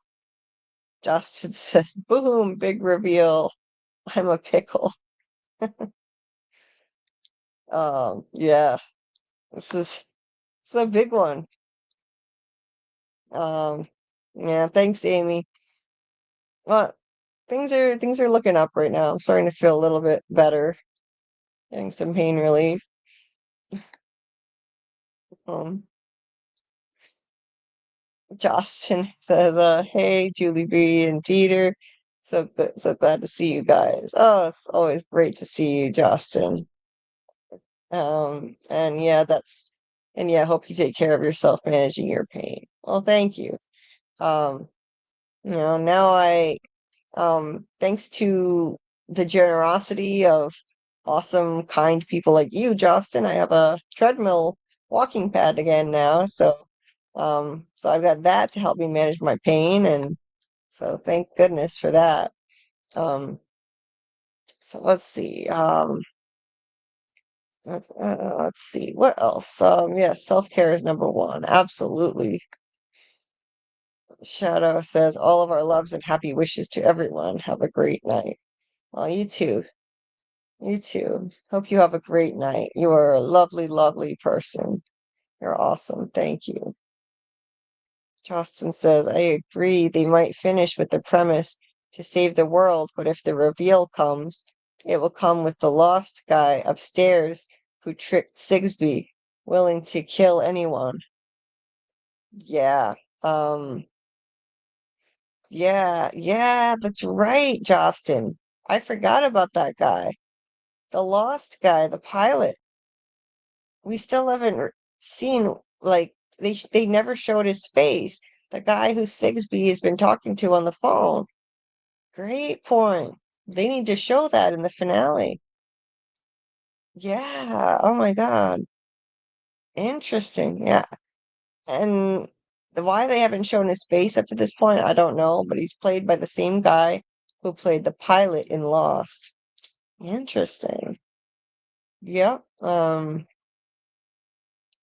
Yeah, I'll be looking forward to seeing that and who is this upstairs? Who makes up this upstairs department anyway that they keep talking about? Good night, Amy. Um, hope you get some good rest. And let's see where the poll is at. I'll close down the images here. This might be the shortest. This is gonna probably be the shortest live I've ever done. Um, let's see. Where's the poll? Oh, I'm gonna close it down right here. Um, so 63% say not justified, 27% say justified, the ends justify the means, 9% said undecided, and that's it. So yeah, we'll do another poll next week once we find out for sure. Once we find out for sure if they're really saving the world or not. And then that might change the answers of some people. So we shall see. But Samuel said, um, Julie, you're getting faster and perfecting your craft. Well, thank you so much. Yeah, I'm trying to improve bit by bit, um, and this is more of a normal length live. I know people really like the marathon ones, but my pain didn't really like it. My pain level was out of control, um, so yeah, it's better for me that I keep them to a more manageable level. I'll still do 3 and 4 hour lives, but right now I need to keep it shorter for this week. So, so thank you. I appreciate the kind words. Jeff Fahey, that's it. The guy who plays the pilot on Lost. He's the one who plays the guy from upstairs who they talk to on the phone in this show. Yeah. Um, so that's episode 7. And on Saturday night, we're gonna already have the finale dropping at midnight. It's gonna come out Saturday night. So be ready to watch with us if you want to watch. Be ready to watch at 11:59 p.m. Eastern Time. And if you're not in our Discord, the link to the Discord is right here. You can also find it in the description of this video, and you can come watch with us, hang out. Um, that'll be Saturday night, and then I'll keep you posted on when we're going to break down the finale. It might be Monday, but that's subject to change depending on my pain level and what's going on with that. And self-care, all that stuff. So I'll let you guys know at the beginning of the week what night we're going to be breaking down the finale of the Institute. And so like next week, um, so there might be some other changes to the schedule that I'll announce later, but in a couple of hours, well, not a couple, but in a few hours, you'll see the premiere of my 2 interviews for the Institute. 2 more interviews, that is. So it'll be Vigo Hanvelt, who plays Avery, and Jane Luke, who plays Maureen. I'll have those out so you guys can check it out. I would really appreciate it if you give those a view and a like. And if you think of it, throw an emoji or a short comment in the comment section, and all of that helps to trigger the algorithm. That would be much appreciated. And yeah, that's gonna do it for that. And then the next show that we're gonna be covering after the Institute will be Alien Earth. Really excited to cover that.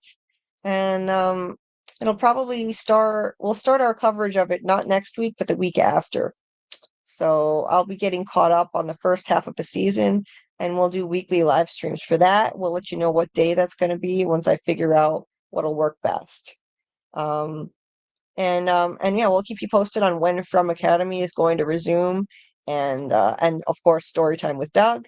And just as a reminder, if you would like a free copy of Doug's book, you can email me at JulieBDeepDives@gmail.com or DM me on Discord and send me your email address there so that I can send you a free copy of Doug Hughes' book, which is basically like a pseudo autobiography but fictionalized.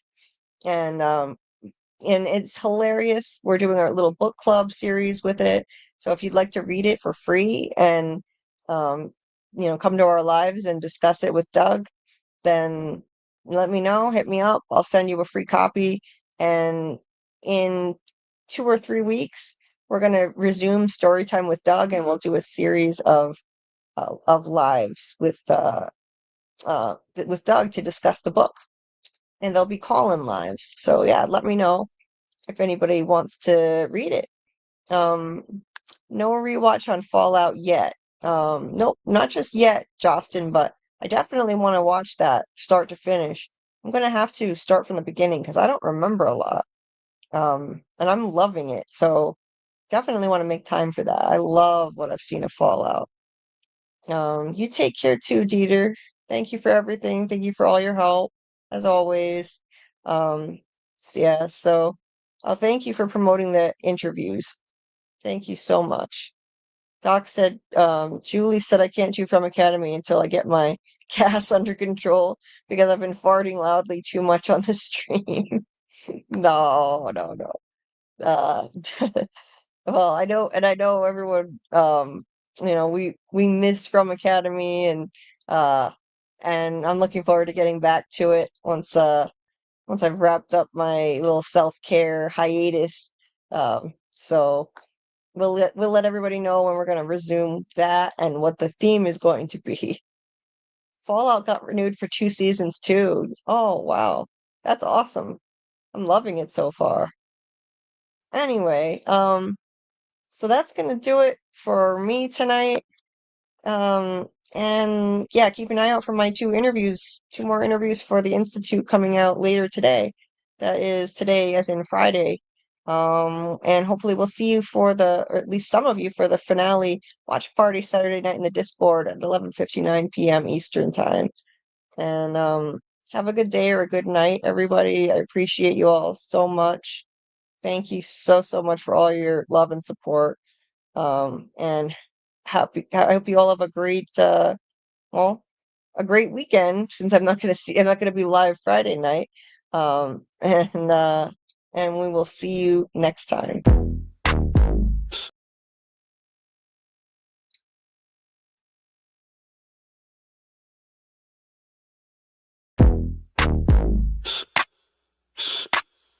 Yeah. That's a theory creaking open, baby. Yo, welcome to the screen where the plot gets bent. Julie B deep dives, not just for content. She don't react, she dissects those threads from the lens, catching clues y'all missed when the credits end. What you know about freeze framing frames and while you blinking, she building an evidence drum. Got a notebook thicker than the lore itself, and a chat full of nerds with a mental health shelf. Yeah, she sees the glitch, peep the double cross. You just watching TV, she talk to the boss. Every theory and thesis, no throwaway guess. While y'all on season 1, she in season X. Said rewind it so it zoom in enhance. Julie B caught the symbol in the window glance. While you tweeting what just happened like a clown, she already made a flow chart, color coded breakdown. They don't die like us, they don't vibe like us. They binge and they bounce, we revive that trust. They skip intros, we every frame. You watch shows, we decode the game. They don't die like us, nah, they don't die like us. She cracked Severance before y'all knew it was deep. Predicted the Last of Us deaths in her sleep. When the camera pans, she ain't blinking once. Catch a ghost in the glass, call it theory punch. Watch parties lit like apocalypse nights. Call-ins while they bringing alien rights. Hey, Julie, I think the trees are spies. Well, I have a spreadsheet that confirms that, guys. Zoom in, boom in, she moving through clues. Spinning Discord in the courtrooms, Lord of views. Got mods with receipts. Time stands with heat. Every rewatch turns into a Reddit elite. You stuck on the surface, we beneath with maps. Cross-referencing lore with director's caps. If your fave show got secrets, don't be dumb. Julie got the chalkboard album From's where it's from. They don't dive like us, they don't vibe like us.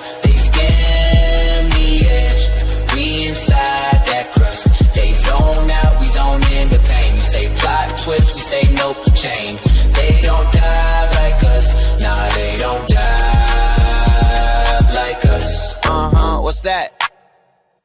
That ain't a blooper, that's a plot thread. You thought it was a shadow? She thought it was a coded message from season 3. And she's probably right. Step this way if your mind's unbent. Step that way if your theories pay rent. Say Julie B, deep dive queen. Now zoom, scroll, theorize, pull. Ain't no rabbit hole safe once she got the clout.